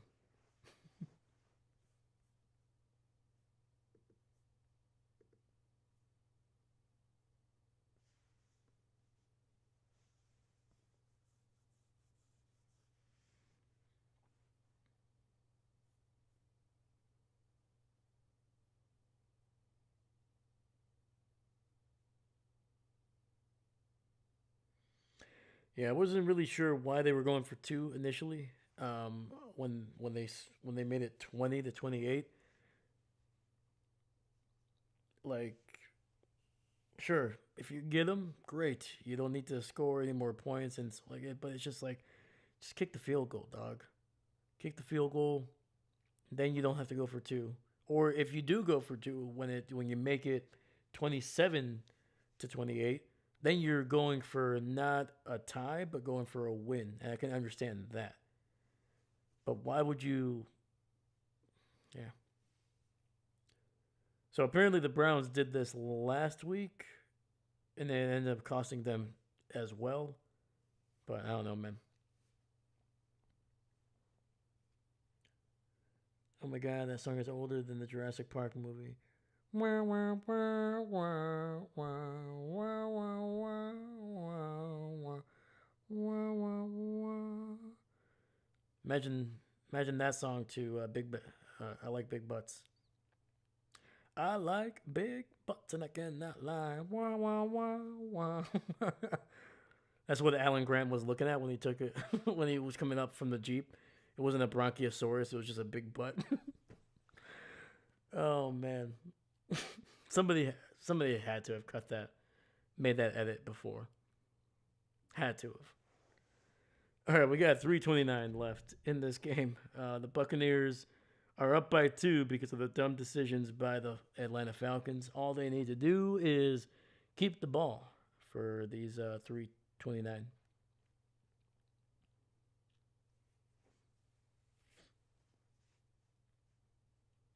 All right, Baker under center, single back in the backfield. And Bucky picking up a good chunk of yardage there, 6 yards on first down. Dave has left the rail. Those have long been gone, my man.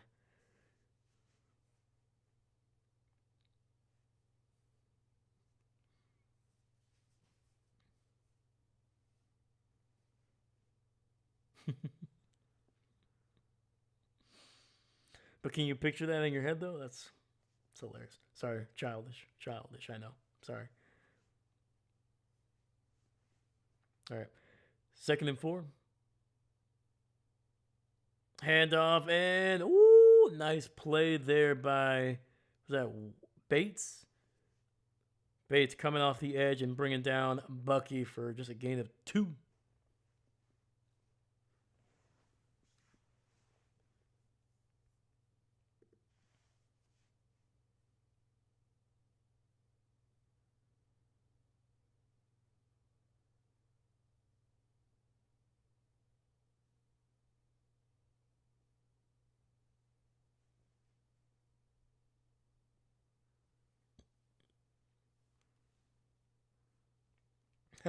This is from Mina Kimes. Somewhere, someone is watching the Atlanta Falcons for the first time in years. That person thinks Kyle Pitts is the most prolific scorer on earth.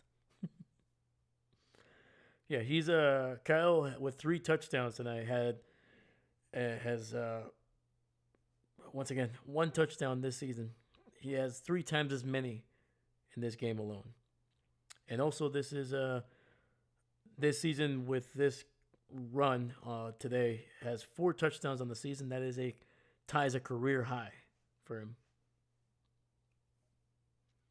All right, we got 3rd and 3. Baker throws to the left, gets it out to Godwin, and that's a first down. Picks up about 4. Oh, I laughed plenty at that joke. Thank you.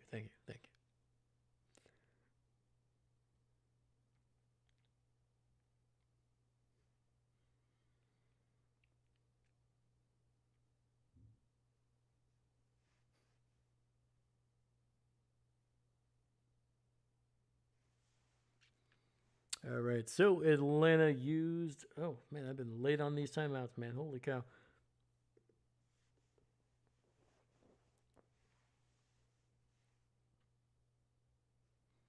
All right, Atlanta used their second timeout here, stopping the clock at 2:28. First and 10. If they can stop the Buccaneers here, they won't get the ball until after the 2-minute warning, but at least they'll get the ball back. It's a run to the left, and Irving brought down in the backfield. Onyemata able to bring him down for, I think, a loss of about 3 there. And Falcons use their final timeout here. Stop it at 2:24. Buccaneers will likely run the ball here to get the ball down to the 2-minute warning at the very least, and then we'll see what they do on third. 2nd and 14 coming up.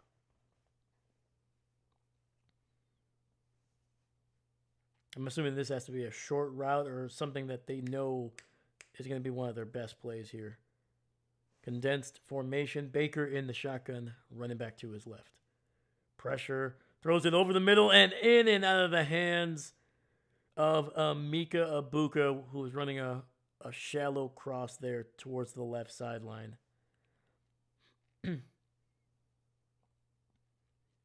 So it's 3rd and 14, and also it stops the clock as well. Baker just throwing that one just a little bit behind. If he leads Ibuka there, that is probably going for a first down and a little bit more.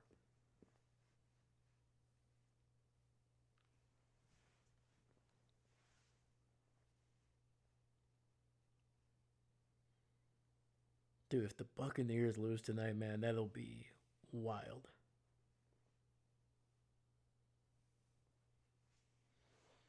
I vote for a pick 6.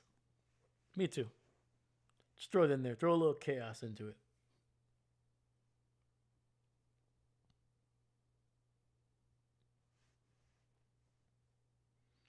And the worst thing is, too, man, the Falcons, if the Buccaneers don't score any more points, the Falcons could win with just a field goal. They don't need to score a touchdown here.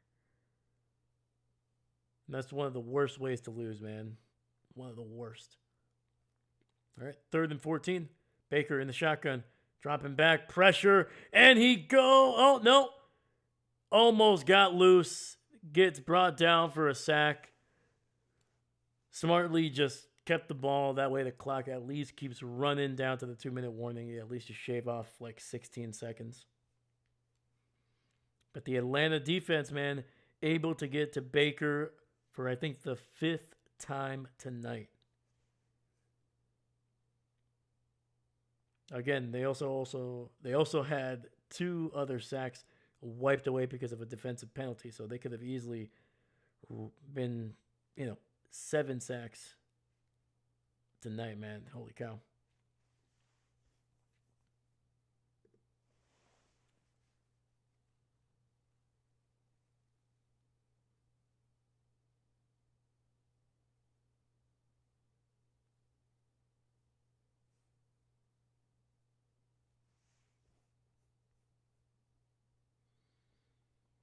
Oh, actually, this is the. So I remember last year we did. I think it was, God, what was it? Week 3, maybe 4, maybe 5. There was a game. Kirk Cousins throwing for 500 yards, and I forgot what team it was. It was against Tampa Bay. Yeah. Last year we streamed that game. He had 500 yards, 4 touchdowns, and had a last-second game winner. And now tonight, over 300 yards for Kirk Cousins. Let's see where he's at exactly. 315, 3 touchdowns. Yeah, the Buccaneers really know how to make Kirk Cousins look like prime Kurt Warner. All right, caught at the 20, returned to the 25, stumbles for a little bit, and is able to get a little more down to the 31. We got 1:49 left in the game. Falcons, no timeouts left, which was also the case last year. Oh, there it is. His last game winning drive was Week 5, 2024 against the Buccaneers. Oh my goodness. Sorry. Hold up. There. We'll keep it here for a little bit. 1st and 10, Atlanta. Kirk throws to the right. He's got a man, and it's David, not Kenny Sills, with another beautiful catch there along the right sideline. Goes out of bounds, stops the clock as well. 1:44. A big chunk there. Sorry. That was on me, man. Look at that. Yeah, dude, I got this ball, man, during the game. Chris Godwin gave it to me in the end zone. They tried to take it from me, but I said no. All right, 1st and 10. I'll keep it here for another play, and then we'll move it. Kirk looking. Hit as he throws, and it's loose. Who's got it? Who's got it? The edge came from the right side.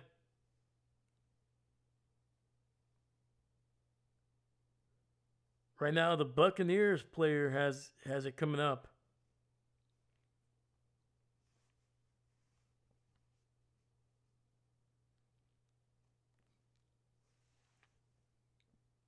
Absolute chaos has ensued here. They're saying it's 2nd down. Okay, no turnover. Woohoo! And actually, I do think that Kurt actually was able to get back on top of it.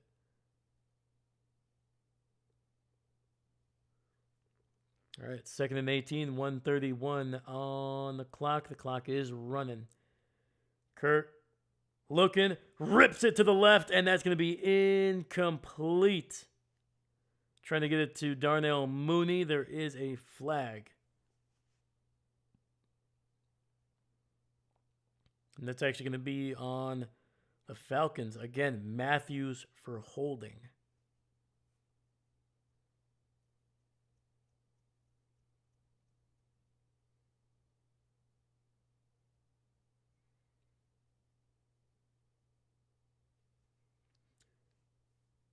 So now it is 2nd and 28 here, man. A long way to go.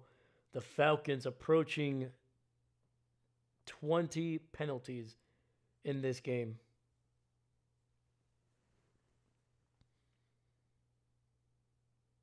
Second and 28, ball at the 29. Kurt in the shotgun. Pressure up the middle, throws it over the middle, and he misses Mooney short again. That is the 3rd time tonight.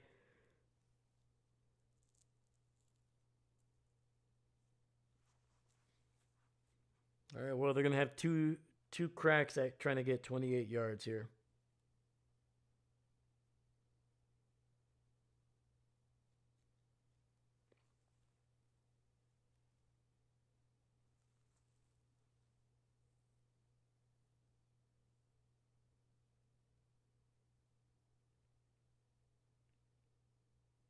Kirk in the shotgun, running back to his left, single receiver on that left side. Got a little bit of time, dumps it underneath to Kyle Pitts, makes a man miss to the 40, down to the 43. And that picks up half of the yardage that they needed there. 4th down coming up. Atlanta can't stop the clock.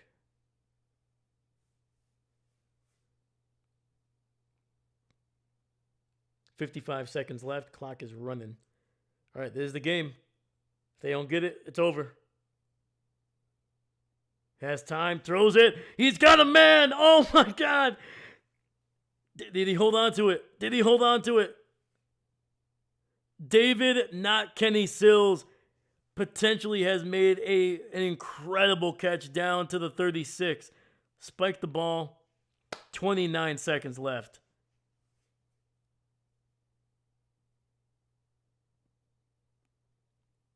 I mean, after this game, we might just need to call David Sills, man.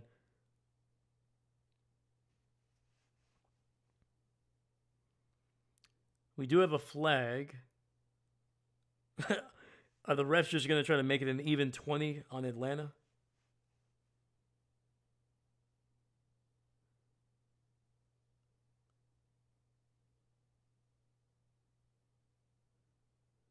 And they are. They are.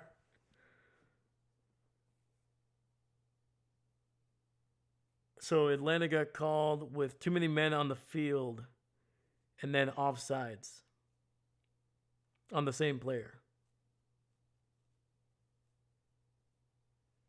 So that'll tack on an extra 5 yards to the end of the catch. Gets it down to the 31. 29 seconds left. Throws it quickly, gets it out to Mooney, and he picks up about 4, maybe 5. Is Kirk Cousins going to lead another game-winning drive against the Tampa Bay Buccaneers here, man?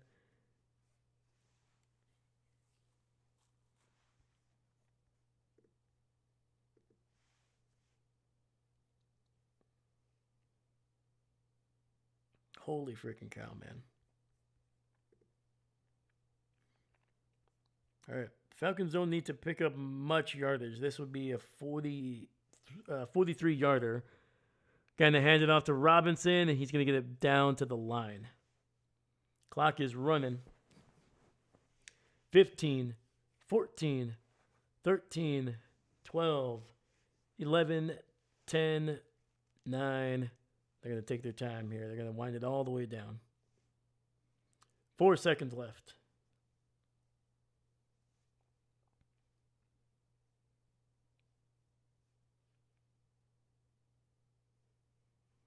And there is Zane Gonzalez again, kind of going through his routine.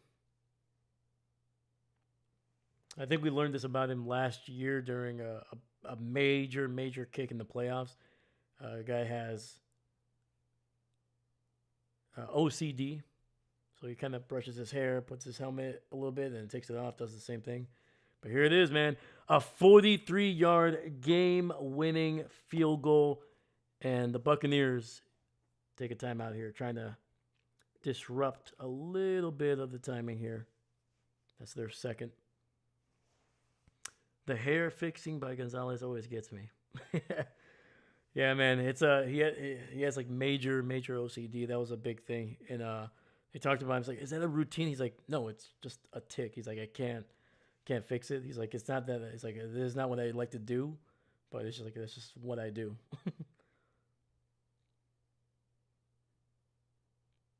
Yeah, it's just the way things manifest for him a little bit. So,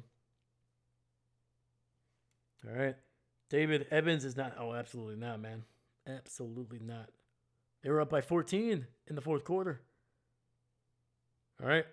This is it. 4 seconds. 43-yard field goal. Kick is up. And it's good. It's good. Zane Gonzalez with a game winner. And Atlanta spoils the home game for the Tampa Bay Buccaneers. And he gets it done. Wow. Kirko 2 Chainz gets it done over Baker Mayfield and the Tampa Bay Buccaneers. Wow. Unreal. The Falcons took this one. We win. Suck it, world. The Davids have done it. Dude, David Stegosaurus. Dave Huerta. And who made the incredible catch on 4th down? David Sills. The Davids are on top today, man. Congratulations to all the Davids in the world. Except for that one guy. We know who he is. He gives us a bad name. We won't talk about him, but he knows. He knows. But yeah, let's freaking go, man.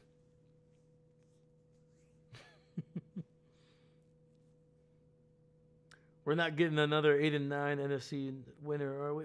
Ooh. Potentially, man. Potentially.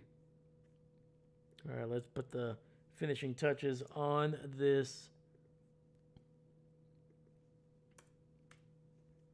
Atlanta improves to 5-9, and the Buccaneers, their rough stretch continues. They have now lost 5 out of their last 6. They've gone 1-5 after going 6-2 to start the year.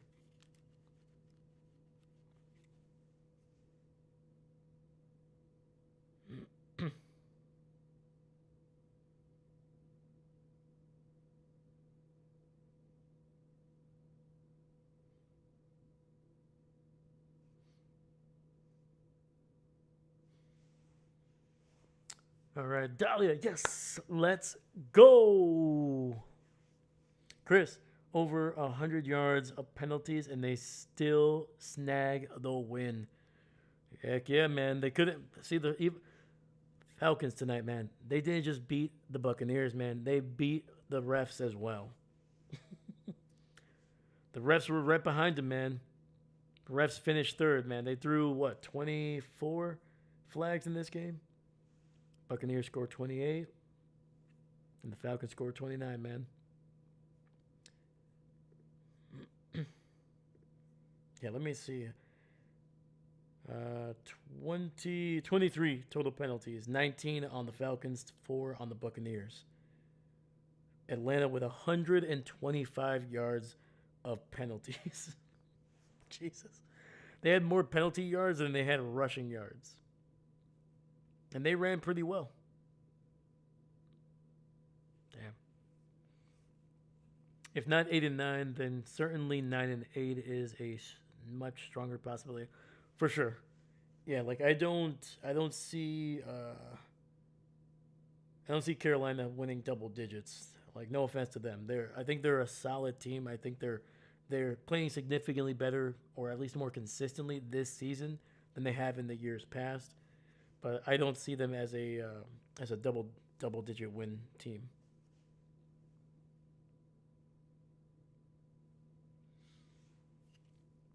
Wow, dude. Yeah, let's look at the stats here really quickly, because so Atlanta going for 2 might not have been as dumb. They kind of saved themselves a little bit there with the field goal. So Kirk Cousins, 30 for 44, 373 yards. Once again, last year against the Tampa Bay Buccaneers, and in Week 5 he threw for 500 yards, 4 touchdowns. Tonight, 373, 3 touchdowns, no interceptions. Was sacked just 1 time. Bijan, 19 for 93, 1 touchdown. Tyler Algier, 2 for 18, including a 15-yarder. Kyle Pitts, 11 catches, 166 yards, and 3 touchdowns. So if he can score 1 more touchdown this season, he will have a new career high. I'm just assuming this is a career high game for him, 166. Bijan Robinson, able to tack on another 82 yards on 9 catches to his already 93 yards that he had on the ground. So Bijan picking up 175 on 27 touches tonight. David Sills, 6 for 78, including a massive catch on 4th down to set up the game-winning field goal.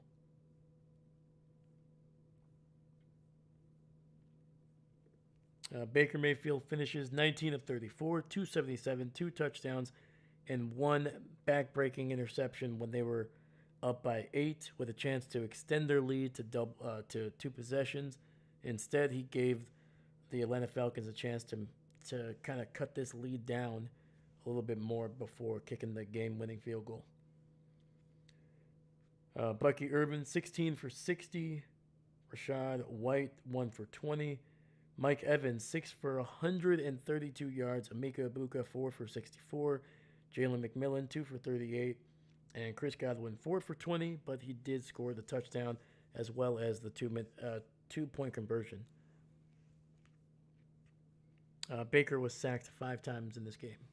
So, hot dang, man. Hot dang.